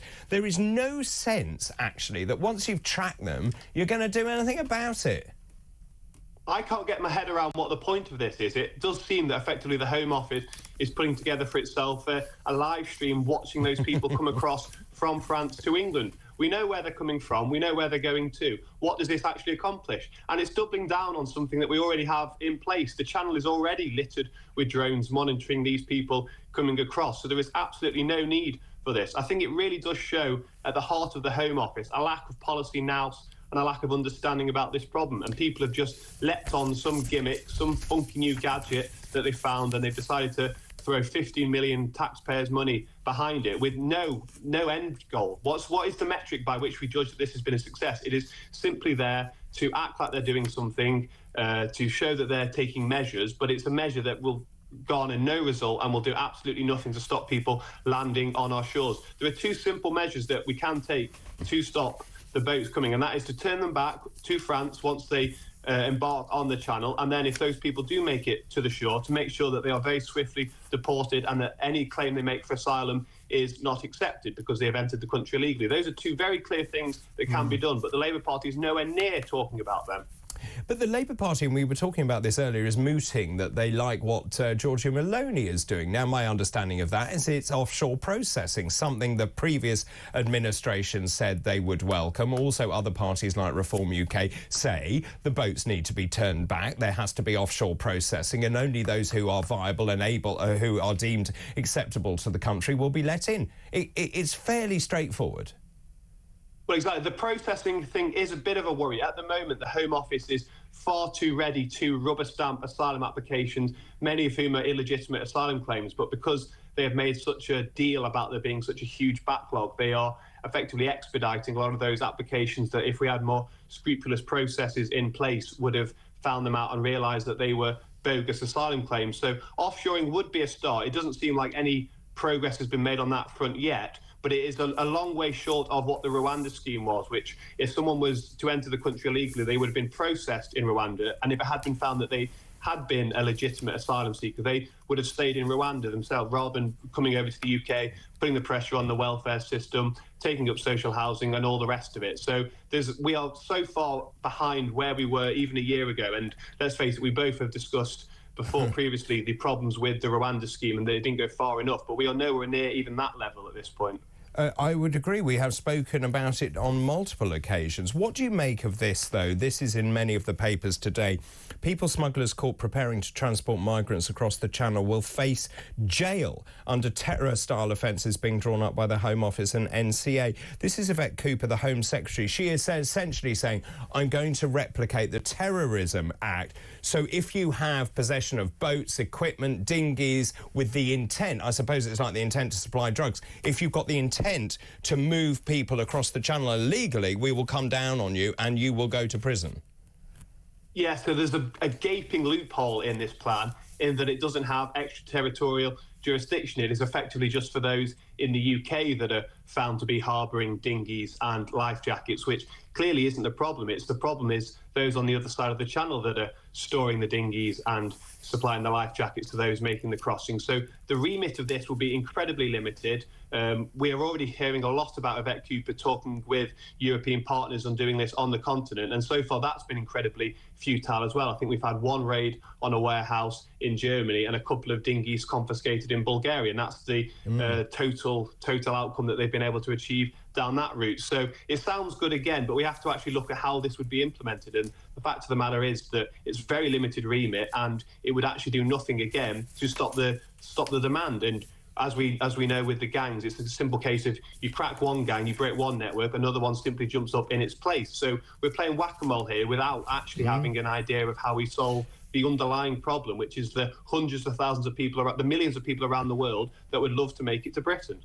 So just in terms of that, who are they actually trying to dupe here? Is it themselves or is it the electorate by saying, well, we've got all of these powers that are coming in, they're also going to get expanded powers to Border Force under the 2000 Act, more search and stop and search powers. But as you rightly say, the problem is not in this country, is it? The problem is on the continent.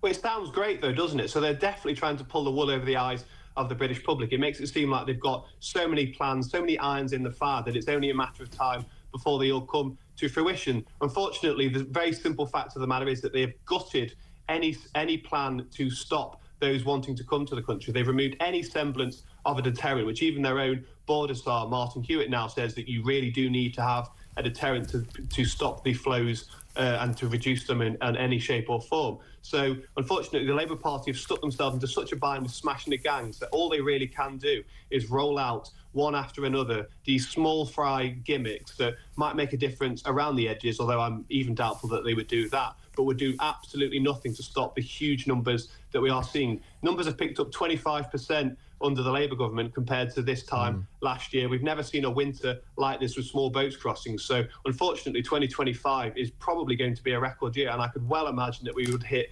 50,000 small boat crossings next year. Do you think this is a big electoral liability for Labour?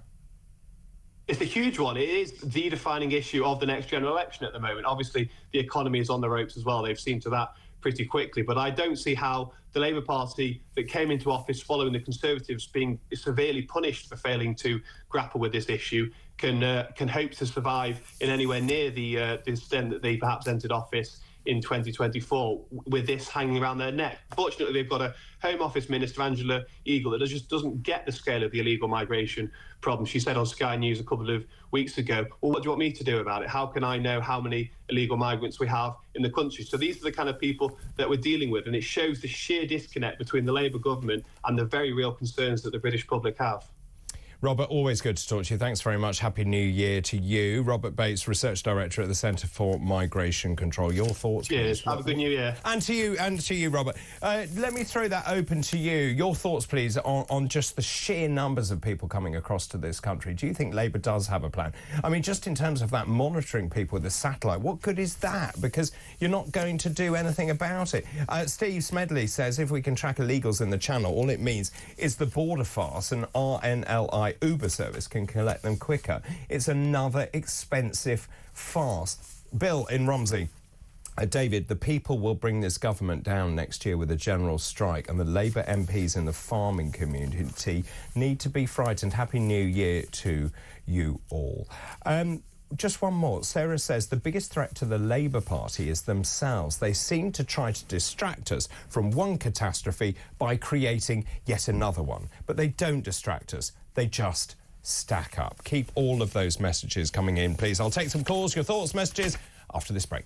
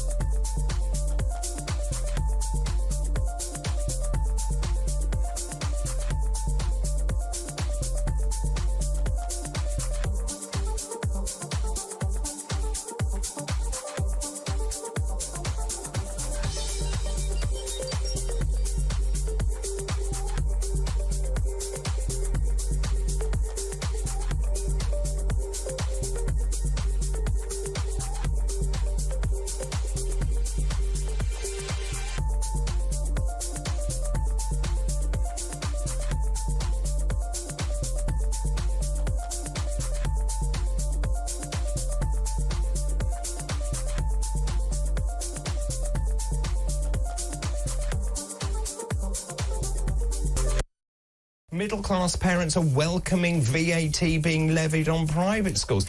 Well, I've been thinking long and hard about the whole schools thing, David, and I suppose if you ask middle-class parents whose kids are in state schools, do they want parents of kids in private schools to pay more tax? They probably think yes. If you said to me, do you want the rest of the restaurant to pay for your meal tonight, or part of it, I'd say yes, of course they would.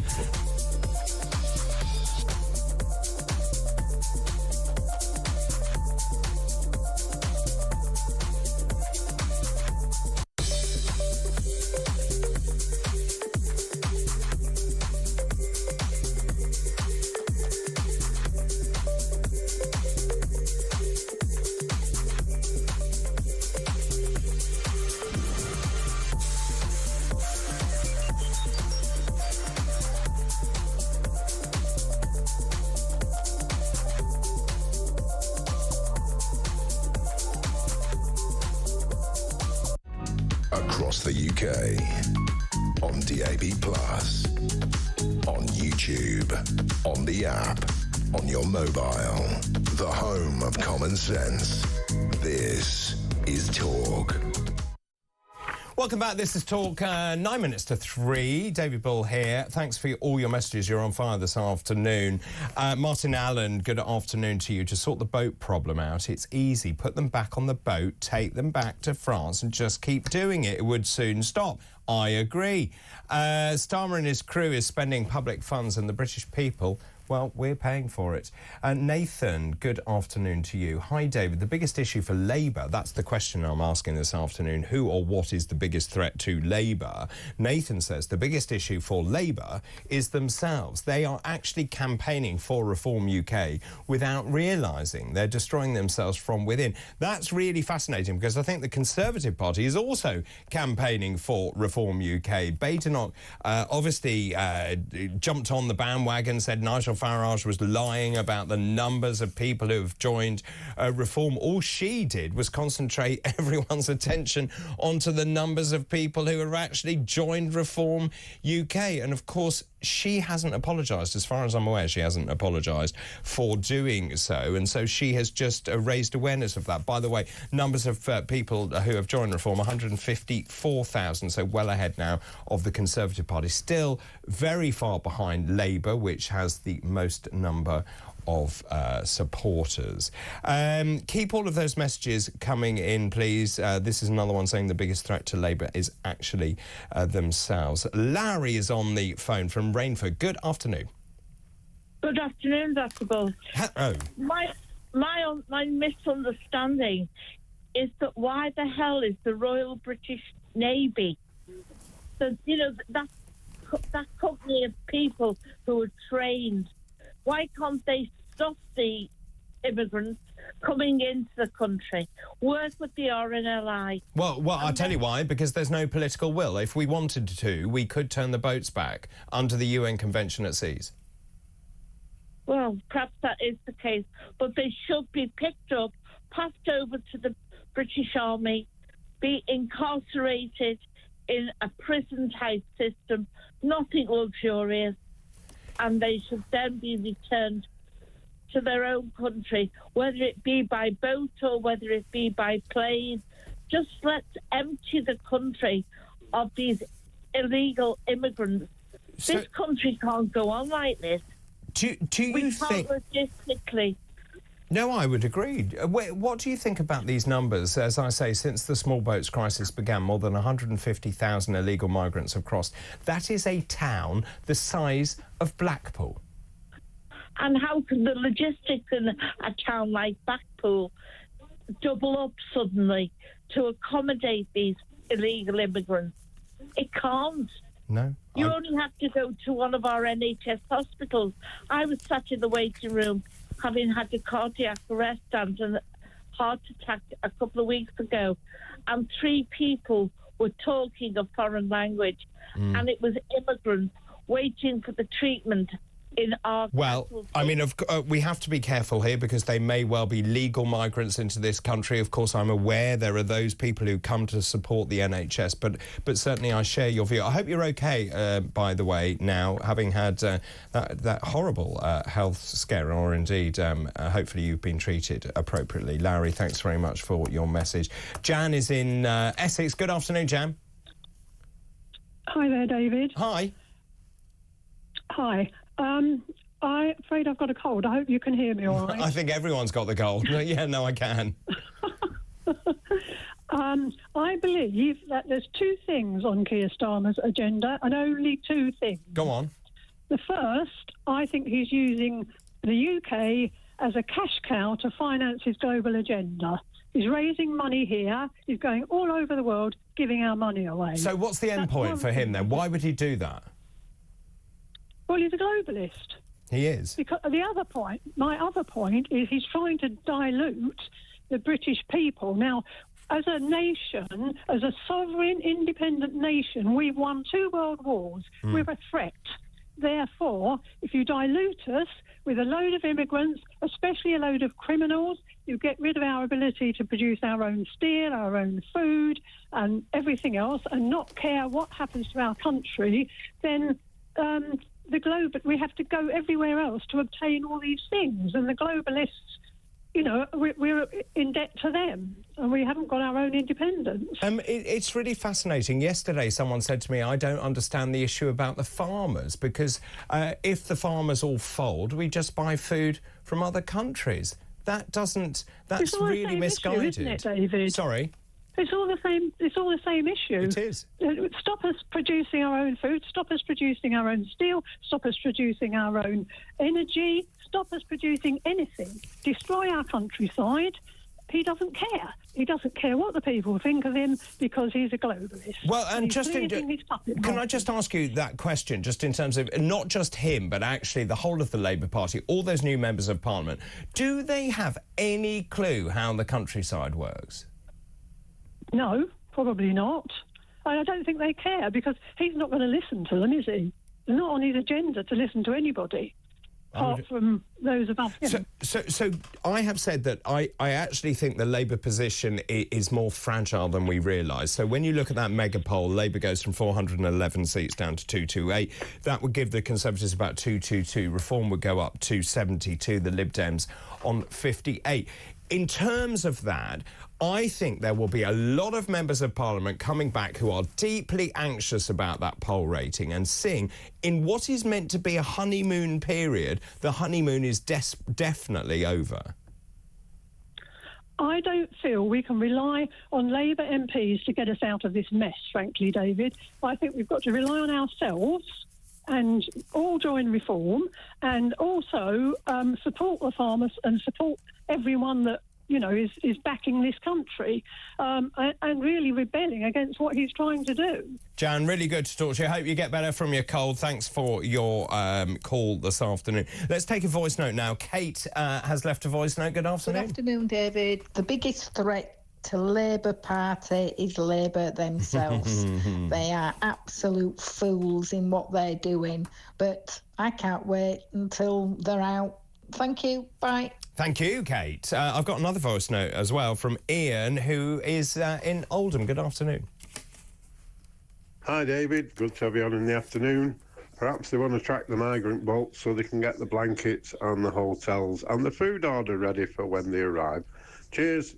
Oh, I see what you mean. So tracking the migrants so that you can essentially be ready for them in terms of essentials, how many hotel rooms they need as well. I mean, I don't know what your thoughts are on this, but all I hear is rhetoric. We're going to smash the gangs. We're setting up a border security command. I don't see any evidence that's doing any good at all. When you look at this and you see nearly 900 people crossing on 2 days alone, that's Christmas Day and Boxing Day. And as Robert was saying, this is really unusual because obviously it's cold and wet and the seas are stormy and it's not a good time to cross, and yet the numbers keep going up. After the break, I'm going to be talking about the rising epidemic of young people who are too ill to work.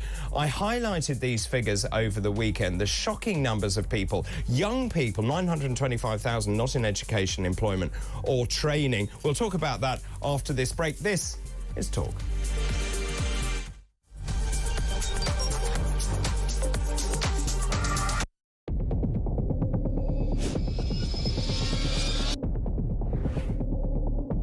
I spoke with His Majesty the King to request the dissolution of Parliament, and we will have a general election on the 4th of July.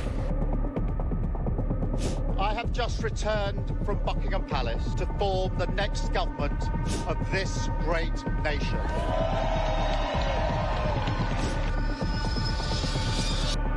Take a look at what happened.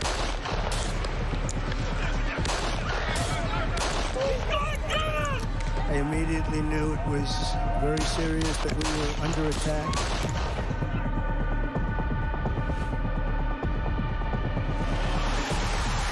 The time has come, and this surely is England's time. Williams, who scores, and Spain lead. Shot from distance is in. It is Cole Palmer. Low ball in, or far ball, slides it in. An absolute killer of a goal. I agree with the protest, but I don't think the violence was anywhere near necessary. No, I mean, I don't think anyone, Nigel, would ever think that the violence was the answer at all.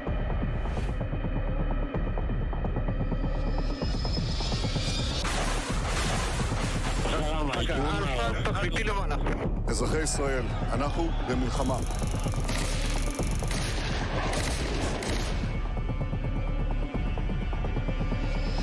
I probably took a bullet to the head because of the things that they say about me. If Donald Trump were president, Putin would be sitting in Kyiv right now. In Springfield, they're eating the dogs. The people that came in, they're eating the cats.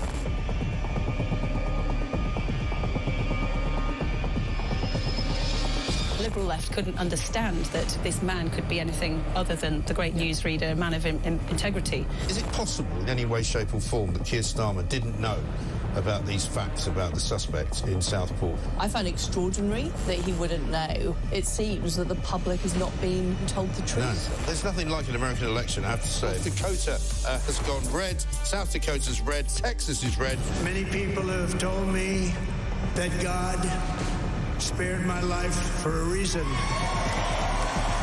Bloomberg UK reporting Ukraine has made the first long-range missile strike inside of Russia. These are the... Across the UK, on DAB+, on YouTube, on the app, on your mobile, the home of common sense. This is Talk.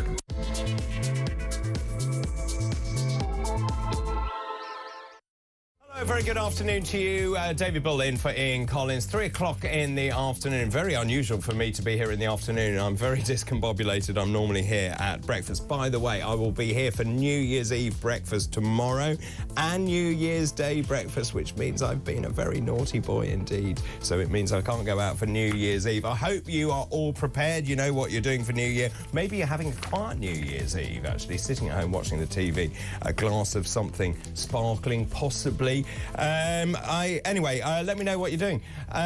So let's move on now and talk about another huge issue affecting the nation. This is the huge rise in young people off work driven by mental health issues. Young women are more likely to be off work sick because they're looking after children. The dramatic reversal of long-established patterns. Essentially, this story is quite complicated, but what it shows is just the sheer numbers of people who are sitting at home. When I looked at the latest statistics, 946,000 kids under 25 are not in education, employment or training. And wait for this, when you look at the numbers between 16 and 64, 9.25 million people are economically inactive. So something is going on. What is driving this rise of people who say they are unfit to work? Who is signing them off? And how are we in the mess we are now in? Wendy Denning, Dr. Wendy Denning joins me now, who's the founder of the Health Doctors Clinic. Good afternoon to you. Hi, good afternoon. Yeah, it's a shocking statistic, isn't it, in a way? I think we've seen it more, obviously, since COVID. I think COVID is, a great deal responsible for it. For instance, we see that the numbers of people off between the ages of 18 to 24 in 2021 compared to the ones that were off in 2020 has gone up by 10%. It was bad enough anyway at 34% with that group, but it's even gone up 10% in the last few years. So I think we've got a trend that's been aggravated by COVID. And it, in a way, we could have predicted that because we've had a mental health. We knew that the mental health crisis was coming. We saw it during COVID, and it's got worse, actually. And we know that people who've had, poor health, mental health, are less likely to be employed than people who have had better mental health. Who is to blame for all of this? I lay the blame pretty squarely at the government. They locked up young people. They gave them no future. They said it's better to stay at home. You can work at home. What we saw, and I know this as a clinician, we've seen a whole generation of kids who have huge mental health issues, who have fear of going out. They don't know how to form interpersonal relationships because they were kept at home.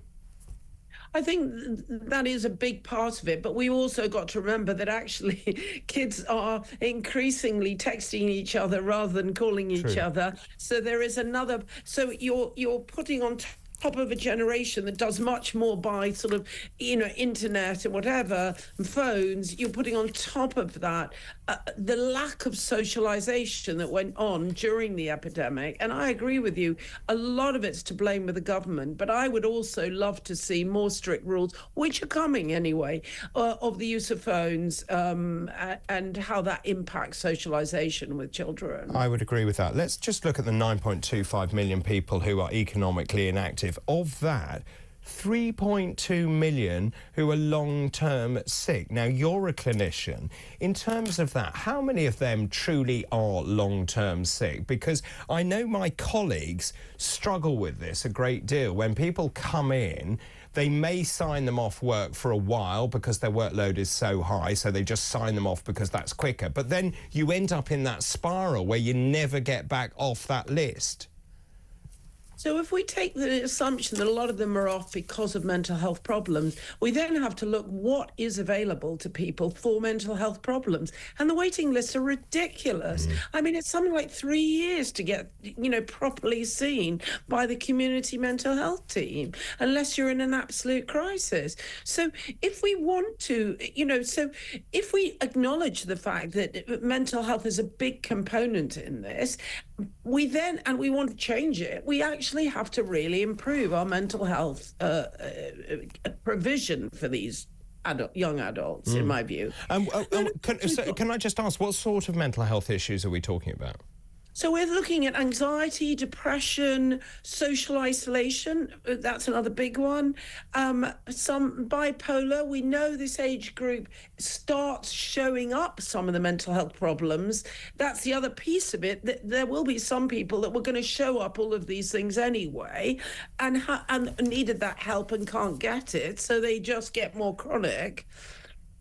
So just in terms of that, you mentioned mental health teams there. How much of this is down to secondary care? Shouldn't we be dealing with this in the community? What's the role of the GP here? Is the GP the right person to be involved?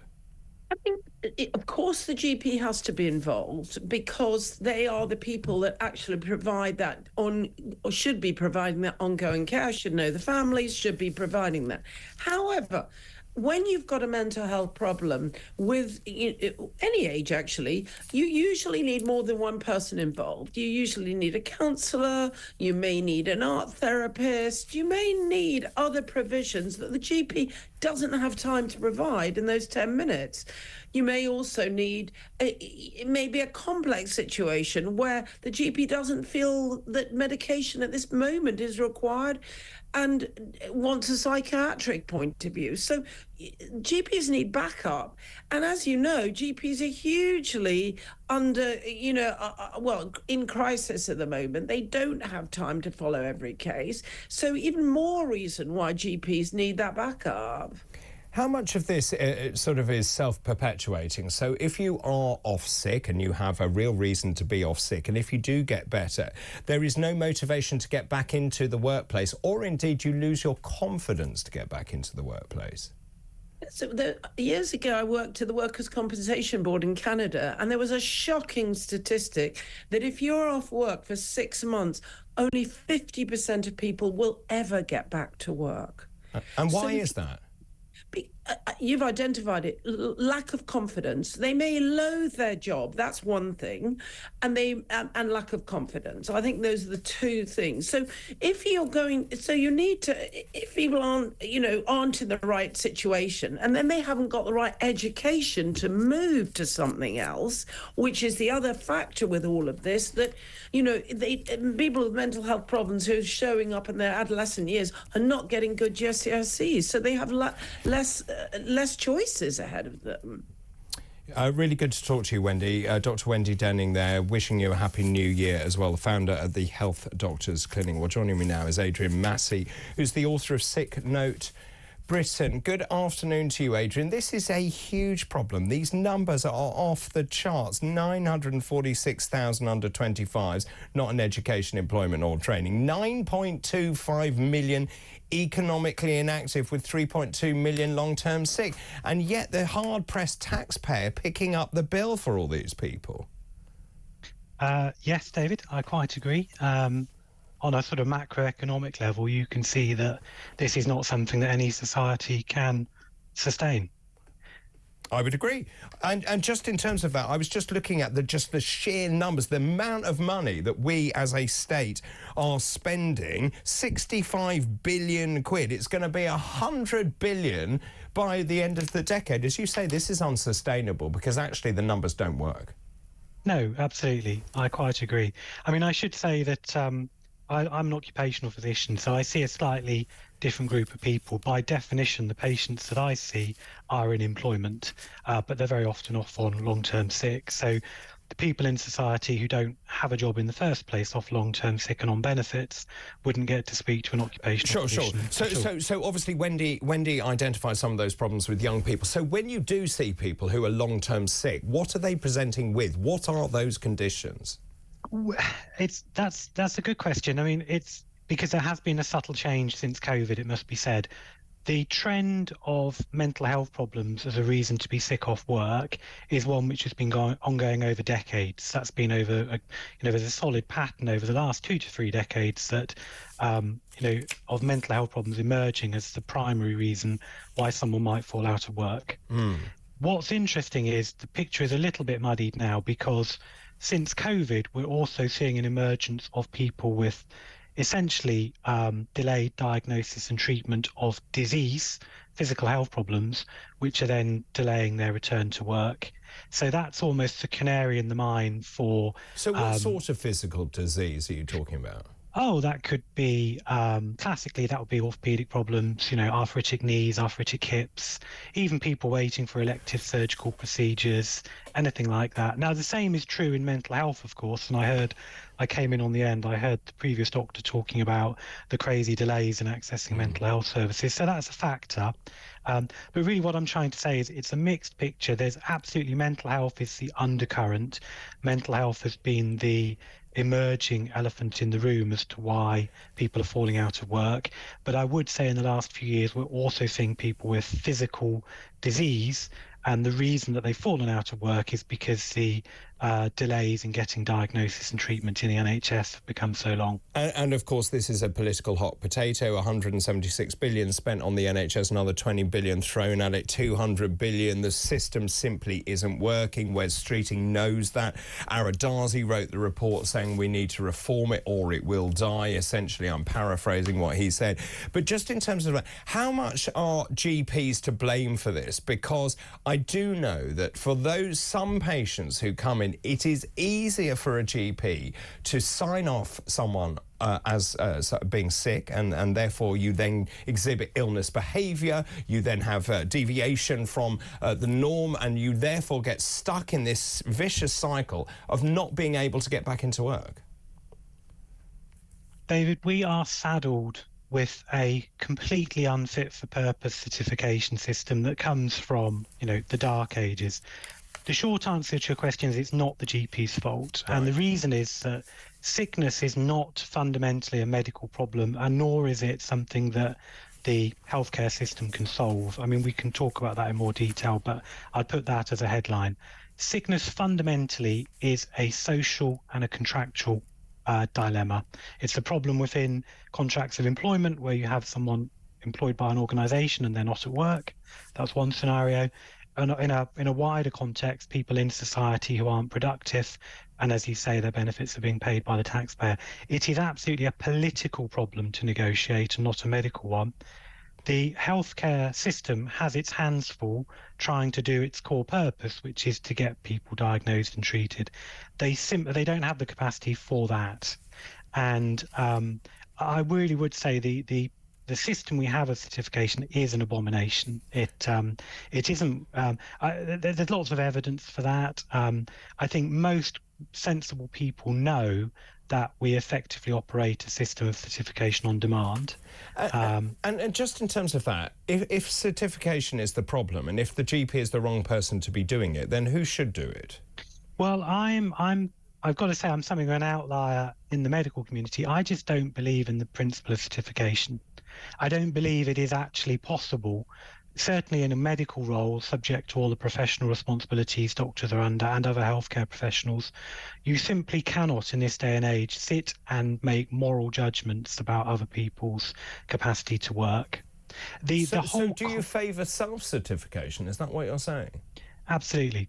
And but also, as a society, I mean, this is maybe a wider political point, but we are so encumbered now by overreaching employment law. The whole employment relationship, the relationship between employers and employees has become so burdensome and complicated now, which itself is a big part of our productivity problem, that really the whole area, I would argue, and this is a personal view, is grossly in need of deregulation. So it needs to be easier to hire and fire. And we need to pay more respect to the individual and their competence as an adult to make decisions for themselves as to when they feel that work is simply too demanding for them and they can't manage it, and when they feel that work may be difficult and hard, but nevertheless in their best interest to do. And that's really interesting. It flies in the face of what the current government is trying to do, which is going to make it harder for people or companies to fire people when they aren't actually fulfilling their potential, which they should be doing. Also, just in terms of that, for those people who are listening to this thinking we are breeding a generation of woke, lazy individuals who simply don't want to get off their fat bottoms and work, your response? I'd probably be a bit more measured than that, but there are definitely intergenerational dramatic changes afoot. In a way, the biggest victims of all of this are those people who are being denied a lifetime of career and fulfillment and life progression. And I think they are victims of the whole of the changes in society over the last few decades as much as anyone. The problem, I think, really is that we have come to medicalize far too much of normal human experience, and I think the reason is that we're still in the kind of afterglow of the period in the latter 20th century where medicine, and I mean particularly physical medicine, disease medicine, did extraordinary things to improve human experience. Chemotherapy, hip replacement surgery, cardiovascular treatment, you name it, all kinds of modern miracles. And I think there's a degree of medical overreach now, in that we're in an era where many of life's existential challenges, shall we say, learning to deal with hardship, learning to deal with disappointment, with bereavement, with loss, with grief, all these things that have afflicted people since the dawn of time, there's increasingly an expectation that medicine can solve those things for you, when it can't.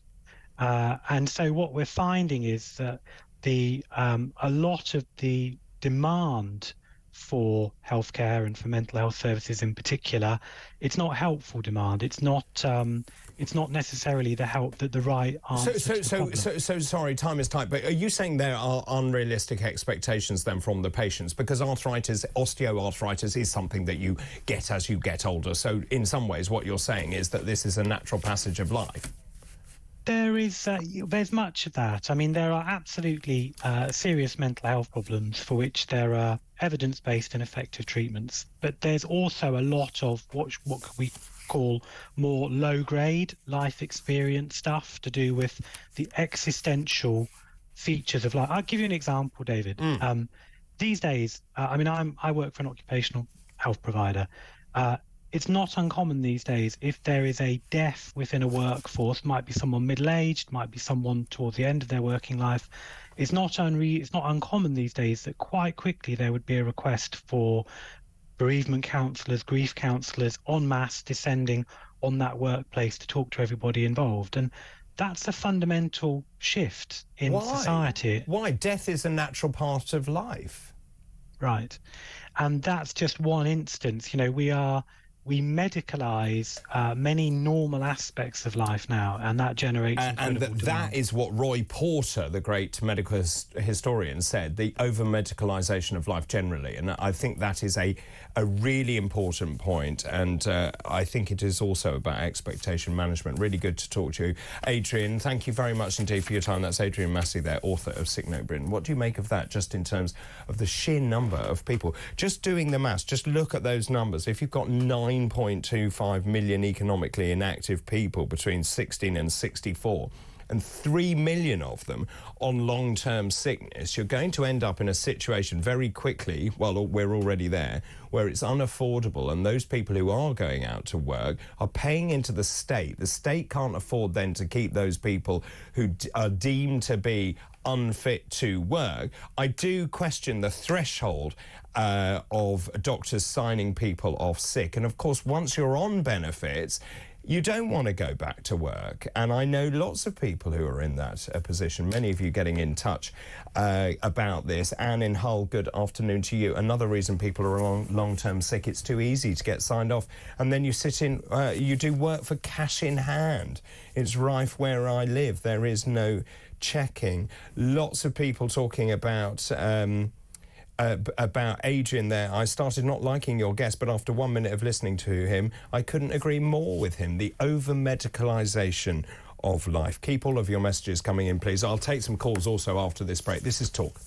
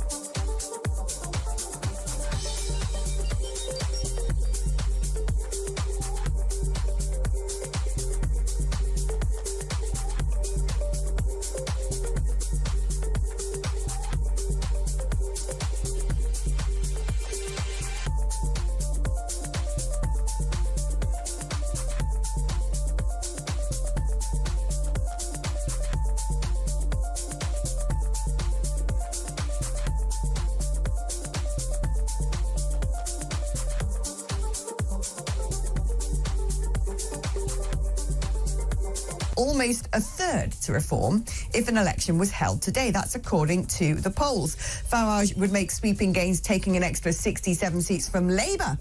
That would bring their tally to 72 seats. The mega poll would put Reform as the third biggest party in the Commons and send shockwaves through Westminster. It would also see a number of cabinet ministers being unseated, including Angela Rayner, Ed Miliband, Yvette Cooper.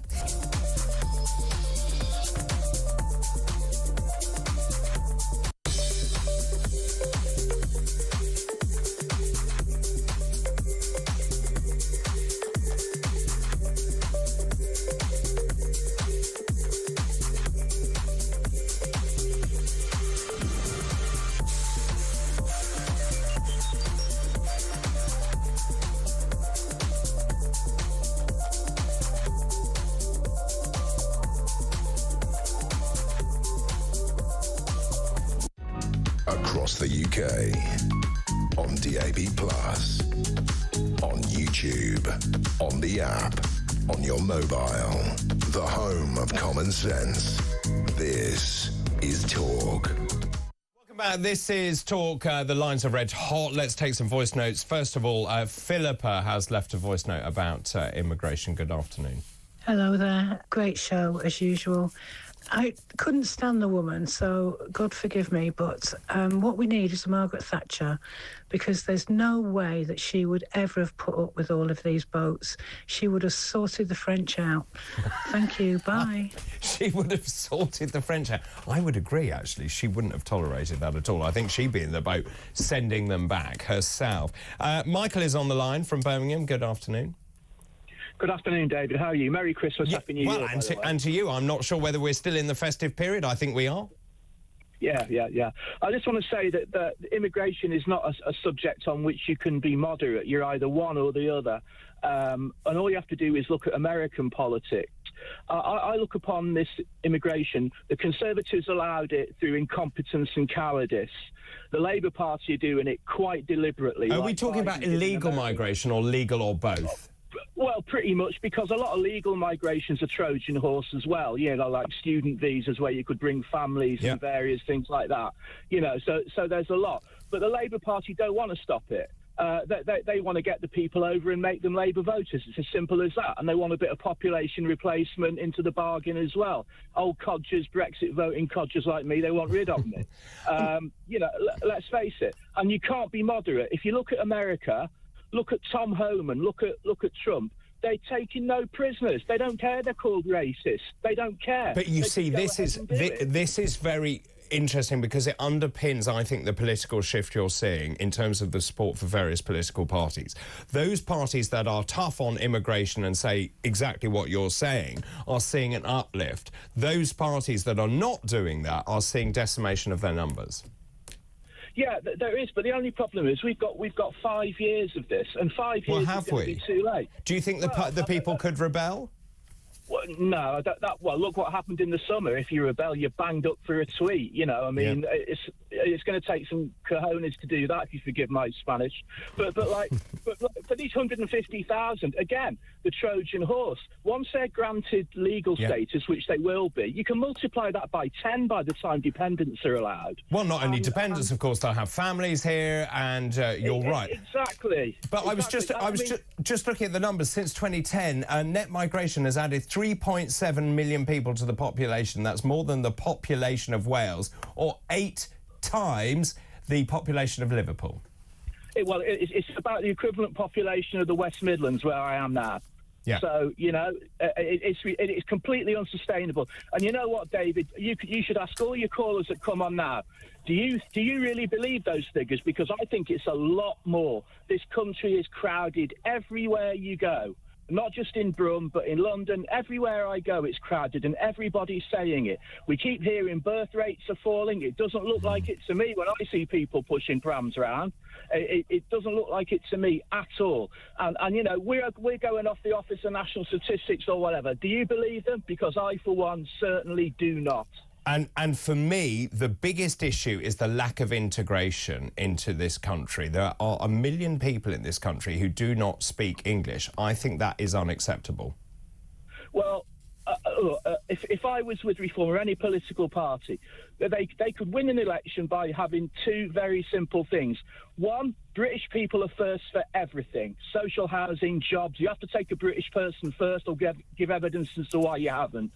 Two, abolish all diversity, inclusion roles across the entire public sector and get rid of all translation services too. And how much would that save? And look, don't worry about breaking laws, because Hungary, Poland, they break laws all the time and nobody's prosecuted them. Nobody's kicked them out of the EU. You know, I keep hearing we've got laws of the sea, laws for this, laws for that. We're the only one that abides by Well, no, them. that's because Keir Starmer loves the EU.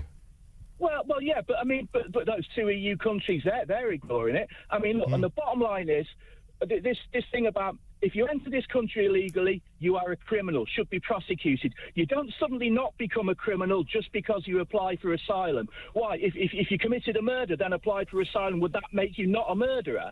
You know, so it's just crazy. Michael, thanks very much for your forceful points. That's Michael in Birmingham there. Let's take some more voice notes now. Glyn has left a voice note on migration. Hello, David. I think it's becoming quite clear that Keir Starmer has absolutely got zero intention of stopping the boats.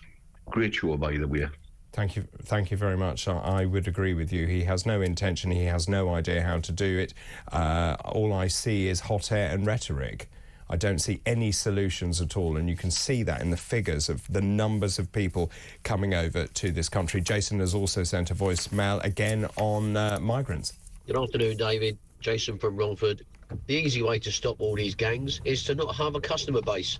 Stop giving them money, hotels, food, clothes.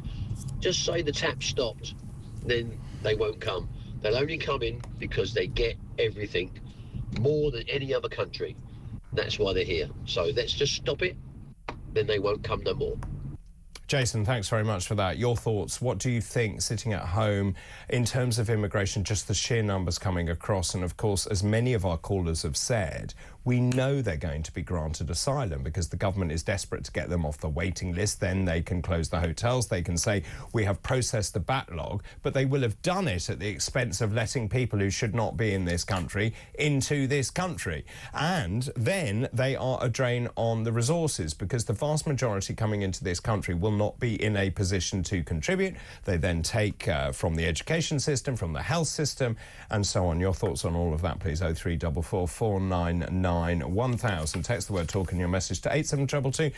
You can message us on X as well. Now, after the break, I'm going to be talking to my old friend Simon Calder. Not a day goes past when I don't speak to Simon Calder. He's travel correspondent at The Independent. Of course, New Year's Eve tomorrow, lots of you going away, going to see friends, relatives, and so on. There are some big weather warnings out at the moment, amber weather warnings also. Guess what? There's going to be something of travel chaos. Oh, yes, the great news continues. We'll talk about both of those things after this break.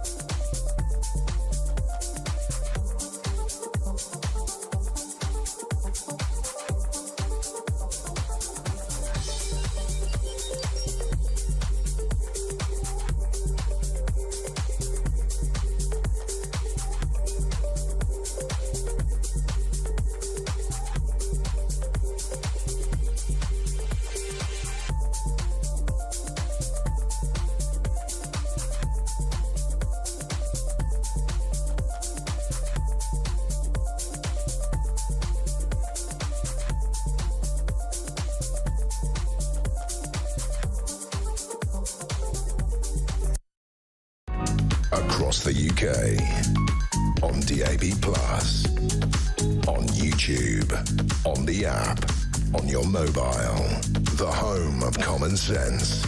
This is Talk. Welcome back. 3:30 on Monday, December the 30th, New Year's Eve tomorrow. Lots of you getting in touch. Doug says, hi, David. How do we stop paying this government any more increases in tax? They said before the election that everything was costed. Then they did the budget. Then they said no more taxes. There are so many black holes. They're pouring our money down and we're seeing no improvement in the services. We should petition government not to increase any taxes and they have to live within their means. Michelle, hi, David. Although the conversation about sickness and disability benefits is a necessary one, it always makes me feel uneasy. I have a serious mental health conflict and numerous physical health conditions, including Hirschsprung's disease. I used to be a registered nurse and I love being so. I had to stop. I always think people are having a go at me too. I love your programme and wish you a very happy new year. That's Michelle in Bristol. Happy New Year. Thank you ever so much for that. Look, I totally get that. I think what we're trying to do is to disentangle those people who have real physical or mental health issues from those people who are, I think, colloquially swinging the lead. And it's complicated, this. Now, the government has also said they're going to crack down on the sheer numbers of people who are claiming disability benefit. But there's no doubt that that is a very tricky spiral, even if you get signed off. And there is a legitimate reason for signing you off. You're then at home and then you exhibit illness behaviour. You don't really want to go back to work. I think many of us don't want to go to work on numerous occasions, but it's important for us as social animals to earn a living, to have independence, to feel good about ourselves, to feel you've accomplished something. So the mental health benefits of having a job are really important. But thank you very much, Michelle, and Happy New Year. This is interesting. People are lazy. They get handouts too easy. I do think there is a huge element of that. I wonder what my grandparents would have made of today's work ethic. I've said this before. Young people who then say, oh, I don't want to work, I only want to do 4 days a week. Well, wouldn't we all? But you can't. The job is here. You have to be in the office because it's important for collegiate spirit that you bounce off each other. You have great ideas together. I don't think it's a brilliant idea for people to be in silos the whole time. Betty, good afternoon to you. David, I just don't get it. Or Dr. B, it says, I don't get it. All I do is work. My mental health and my family life is a mess due to work, but it's my job to provide for family and to keep going. That was always the contract. So the contract was work hard, take care of everything, and ask the state for nothing. That's how I was brought up too. Am I just a fool who wasted their life when I could have sat on my arse? Can I say that in this afternoon? Anyway, and had a nice family life. Well, Betty, I think you make a very strong point indeed. Keep all of those messages coming in, please. Well, as I was saying, of course, it's New Year's Eve tomorrow. So what does that mean? Well, of course, it means weather warnings, it means amber alerts, it means travel chaos. There is only one man who knows about these things, and that is Simon Calder, travel correspondent at The Independent, who is another year older. Good afternoon, Simon. David, an absolute pleasure to see you. And yes, well, I'm in the office anyway. Well done. We've got so therefore, I think my white work ethic is all right, but you'll be the judge of that. Yeah, exactly as you say. Well, we've got those weather warnings, and to kind of roughly talk you through them from now until New Year's Day, it's the northern half of Britain that's really going to be taking a pounding in terms of rain, snow, strong winds. And then New Year's Day, it's the turn of southern Britain, basically everywhere from Birmingham south to get a bit of a battering from stormy skies. That obviously is going to have some impact on everything from Caledonian McBrain ferry sailings. I'm just looking here to see there's significant disruption possibly for tomorrow, and of course on the roads it's going to be pretty horrible for a lot of drivers in heavy rain and strong winds, but it's really just kind of merged in from an absolutely miserable weekend for tens of thousands of passengers flying in and out, particularly of London Gatwick, London Heathrow and London City airports. Number of cancellations, we're up to at least 500 flights, I calculate, and very roughly that's 75,000 people who didn't get where they need to be. Hopefully some of them are going to be on their way today, but I can't see everybody getting where they need to be in order to join hands or arms and sing Auld Lang Syne tomorrow night, I'm afraid. We spoke also about the onus of responsibility falling on the airline to try to rebook people. But as you say, you and I have spoken pretty much every day since the day before Christmas, I think. I mean, this just gets worse by the day, doesn't it? Well, yes. So just looking around the airports, Gatwick absolutely the hardest hit, getting on for 300 cancellations since Friday because of fog. We've got cancellations going on today, about 20 or so, mostly on EasyJet because of planes and pilots being in the wrong position. Longest delay I've found was 12 hours. That was Ryanair passengers who turned up at Belfast Airport yesterday expecting a lunchtime flight to Stansted. They finally got in at 2 o'clock this morning. But to be fair, Ryanair managed to run pretty much all its flights. That particular flight was because of fog in Krakow in Poland. Beautiful city, very popular this time of year, but the whole airport has been out of use because of fog all weekend. And both Luton and Stansted airports managed not to cancel a single flight because of the fog, as opposed to the hundreds elsewhere. Yeah, I mean, well done them for keeping all of those flights going. Just, can we also talk about the railways? Because you and I have spoken a great deal about planned engineering work, which is allegedly planned because this is a quieter time of the year to travel. I'm not sure that's entirely true at this time of year going into New Year, where people are trying to get, particularly into London, for example.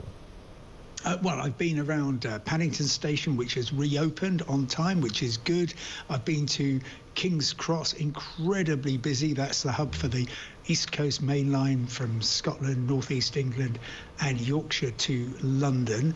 That's been open pretty much as normal, and it's Euston that I'm looking at now, the hub for the West Coast Main Line, which goes from London to the West Midlands, North East England, North Wales and southern Scotland, except tomorrow is the first of 5 months of intermittent strikes by train managers working for Avanti West Coast. So anybody who needs to travel on the West Coast in order to be in position for New Year's Eve, I would urge them to try to travel today. There will be some trains running tomorrow, but it's about between a quarter and a third of the normal service, and clearly it's going to be very busy indeed.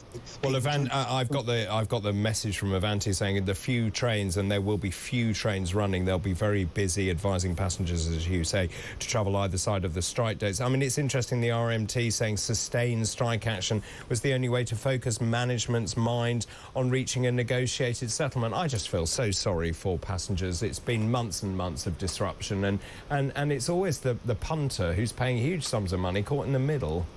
Well, and can I mention the taxpayer? Yes.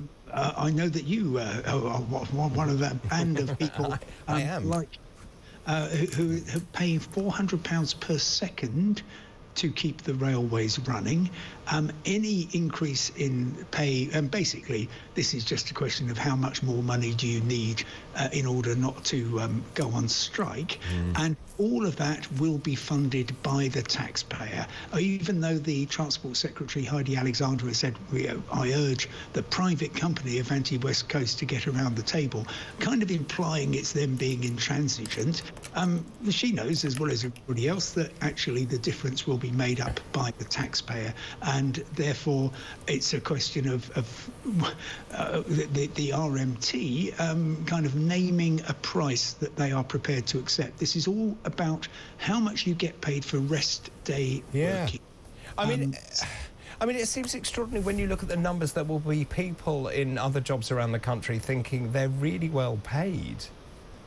Well, we're not talking here about the train drivers. If they work on a day off, they get £600. I mean, that's a huge amount of money. A flat rate. But we're talking here about the train managers. Yeah, sure. If it's an 8-hour shift on a day off during the week, they'll get £250. If it's at the weekend, they'll get £300. And I guess they're looking at what the train drivers are getting and thinking, hang on, the woman or man at the front is getting at least twice as much as I am, and that's not fair, I want some more. And clearly they will continue to strike because, as rail workers know from decades of experience, they're a bit of a monopoly industry. Clearly, the destabilisation that we've seen in the past 2 or 3 years of wall-to-wall strikes has sent some people away to buy cars or just travel by long-distance bus or fly or whatever. But they know that they have great industrial strength and they are prepared to use it. And is there any sense that actually the railways will go back on strike? Some settlements have been agreed. There was a 15% pay rise earlier this month for train drivers, taking them up to about 70 grand. I mean, they sense the Labour government was keen to stop any industrial action. They hosed money at the workers, at the unions. Is there any sense that's emboldened them?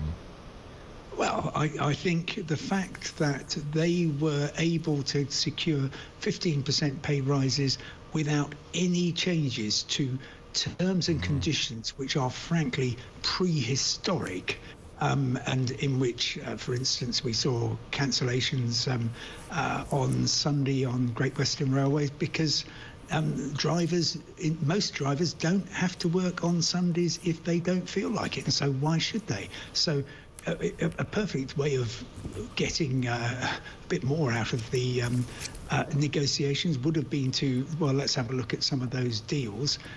But the unions say, no, we've got to negotiate that on a company-by-company basis. And even though the whole lot's being taken into public ownership, that is going to be a very long and painful business. Every government for, well, pretty much since the dawn of the railways 200 years ago has said, oh, yes, we're going to tackle that. And by the way, we're also going to fix the fares system as well. And I have seen exactly no evidence of either of those things happening. And then finally, the other station we didn't talk about was Liverpool Street. Where are we with that? It's still there. It's still closed. It will be reopening on the 2nd of January. Meanwhile, getting from lovely Suffolk to London. Well done. A train, a bus replacement, another train, and then overground, underground, or the Elizabeth line. So there we are, nearly burst into the bombs there. You did. You nearly did a really good impression as well. By the way, Simon, I've just read that Edinburgh's Hogmanay celebrations have now been cancelled due to concerns over the weather. Organisers said ongoing high winds would force all events to be scrapped, including a concert in Princess Street Gardens by the rock band Texas. Oh, no, that's terrible news for everybody. I'm very, very sorry. I am too. Simon, thanks ever so much. I'll let you carry on singing the Wombles. Simon Calder there, travel correspondent at The Independent. Are you having trouble getting where you're going? If you've got stories, let me know, please. We'll take a break. After the break, more of your calls, your concerns. Many messages coming in as well, particularly about benefits. I'll read some of those out after this break.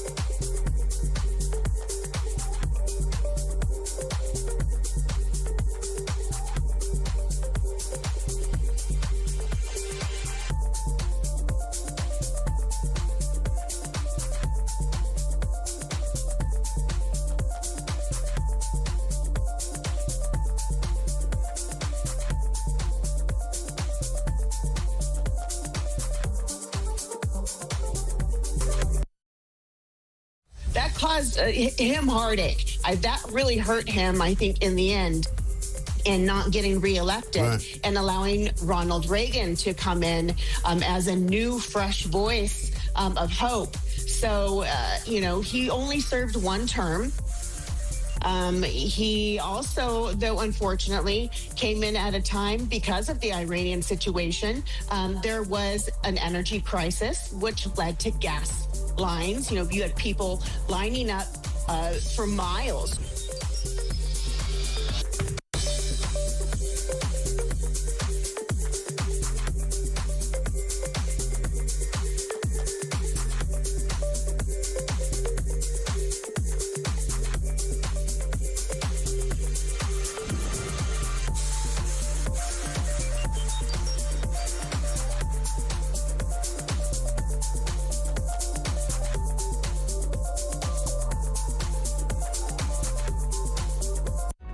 Across the UK, on DAB+, on YouTube, on the app, on your mobile, the home of common sense. This is Talk. Welcome back. This is Talk. Final part from me. 9 minutes to 4, Monday, December the 30th. So many of you getting in touch. Hi, David. I remember the general strike, which was the 3-day week. So do I. It's not nice. Labour, pull your blinking socks up and please listen to the British public before there's no way back. We are full. That is Max in Warwickshire. Thank you for that, Max. Loads of you saying the biggest threat. And so that's what I was asking this afternoon. I was just thinking, who or what is the biggest threat to Labour? Is it Reform UK? Is it the Conservative Party? Is it the WASPy women? Is it the farmers who could actually go on strike and stop food being delivered to the supermarkets? Many of you saying the same thing, though. Good afternoon, David, says Maggie. The biggest threat, in my opinion, is Keir Starmer, or is Keir Starmer. He will sink them like Sunak sunk the Tories. Move over. Reform are on the march. Kevin says the same thing. The biggest threat to Labour is their leader and his cabinet. Toy also said the biggest threat to the Labour Party is simple. The truth. On the line, Herbie in Harrow. Good afternoon. Good afternoon, David. Well, the biggest threat to Labour is Labour themselves. Yeah, isn't that interesting? Why? Tell me. Well, they're introducing policies that was not in the manifesto. Yep. They've lied about most things. They're not listening to people. They don't really care. They take it on people they should be taking on, certainly the farmers. That's one thing, and the pensioners, because they're the people that's going to be voting for them. Well, they don't care, you see. They don't care because what they've calculated is that older people tend not to vote Labour. That's a terrible generalisation. And the farmers, they think, well, they're all rich, aren't they? Because they've got farms over £1 million. Well, yeah, but David, look, when it comes to the next general election, these people are going to remember what Labour did. And I think people will go out and vote so they can actually get rid of them because they do not want it to come back again. They won't be coming back for many, many years the way they're carrying on. They're not in touch with reality. This is the truth. He's on holiday again, for God's sake. He's been on holiday ever since he was elected, I think. Well, if not on holiday, he's been around the world, hasn't he? Because he likes he likes the global statesmanship, doesn't he? That's what he likes. Well, he likes autographs, don't he? Well, his autograph book full up. Come on, David. You can't carry on like this. The crisis that we're in, he should be here trying to sort out the problems. He should be having meetings with the Cabinet to discuss how the hell can we get out of the trouble we're in. They're giving money away to overseas, which shouldn't be going anywhere. You've got to sort out the problems at home first. Then you can start giving money if you've got any. We possibly have a 20 billion black hole somewhere, which nobody seems to know where and where it's gone to. So, what next? You can't carry on this way. It's just not possible. Is he secure in his position? I wouldn't think so, to be honest. I think people are getting very, very itchy now about things. I mean, say, let the holiday season go, like the new year, and then let's see what happens. I've been trying to get to reform meetings. I've got meetings over the next couple of weeks. Everyone's sold out. What does that tell you, David? Yeah, they're sold out. People want to go, I guess. Sold out. I can't get a ticket as a member. I cannot get a ticket for 3 different situations. They're all sold out completely within days of them being announced. What's that telling you? We're in a crisis. People are fed up. They want to change, and the only way you're going to get change is by changing your ways you voted in the past. The same 2 parties are identical, and they've not done anything to please us at all. All they've done is alienate us and make us very angry, and this is it. I think it's now the time is up. Your time's up, matey, and this is it. This will be the downfall of all the two major parties, I think. Herbie, strong words indeed. Thanks very much indeed for your call this afternoon. That's Herbie and Harry. Let's take a voice note now. This is Jane talking about Starmer and Labour. It's not just Starmer they need to get out. It's the entire Labour government. They are absolutely useless and they are ruining our country. They are taking us down a terrible path and we will be worse than we were in the 70s. And the problem is there are so many people that have voted for this government that were not around in the 70s. And I was a little girl then and I can remember how hard it was. And great show. Thanks for being there, talkTV, because you are the voice of common sense, as you say, and you are keeping us sane. That's very sweet. Thanks very much indeed, Jen. I remember it really well as well, the 3-day week. I also remember no power, playing Monopoly by candlelight, not being able to do anything at all. And you're right, of course, younger people don't remember any of that.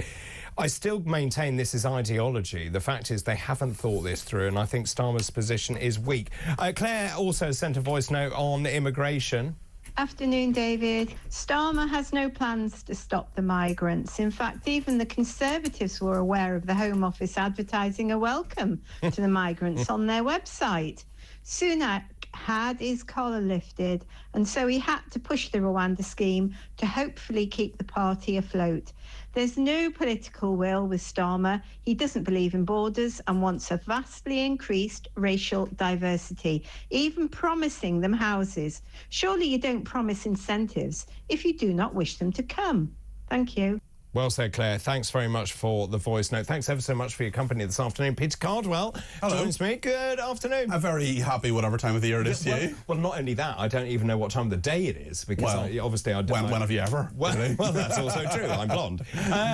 Busy show? Yes, it will be a busy show. We're talking about all sorts of things, probably some similar themes to yours as well. We're talking about middle-class families apparently supporting Labour's VAT raid on I've school never heard fees. so much nonsense. What is this? She's gaslighting them, I'm sorry. Well, and also people's applauding around the kitchen table saying, I'm so pleased that we have to pay VAT. No, that's what I mean. Has anyone ever done that for a politician ever when they had to pay more tax? Also, people working from the beach, we'll talk about that. We'll talk about the big pool as well, which is very good. You'd like to work from the beach. Working from the beach. Yeah. If I could work from the beach, it would be great. Life's a beach. And we're also talking about a very serious story in Hertsmere, apologies, my English geography is dreadful, about a call to boycott a Holocaust Memorial Day, which is just completely racist, nothing to do with the Middle East, nothing to do with Israel. It's just pretty racist. So we're going to talk to a counsellor there about it as well, and tips for staying sober on New Year's Eve, or at least taking things easily and more straightforwardly. We have someone who's been sober for 17 years talking to us about that. So it's an absolutely packed show. I know a very good tip to stay sober. Don't drink.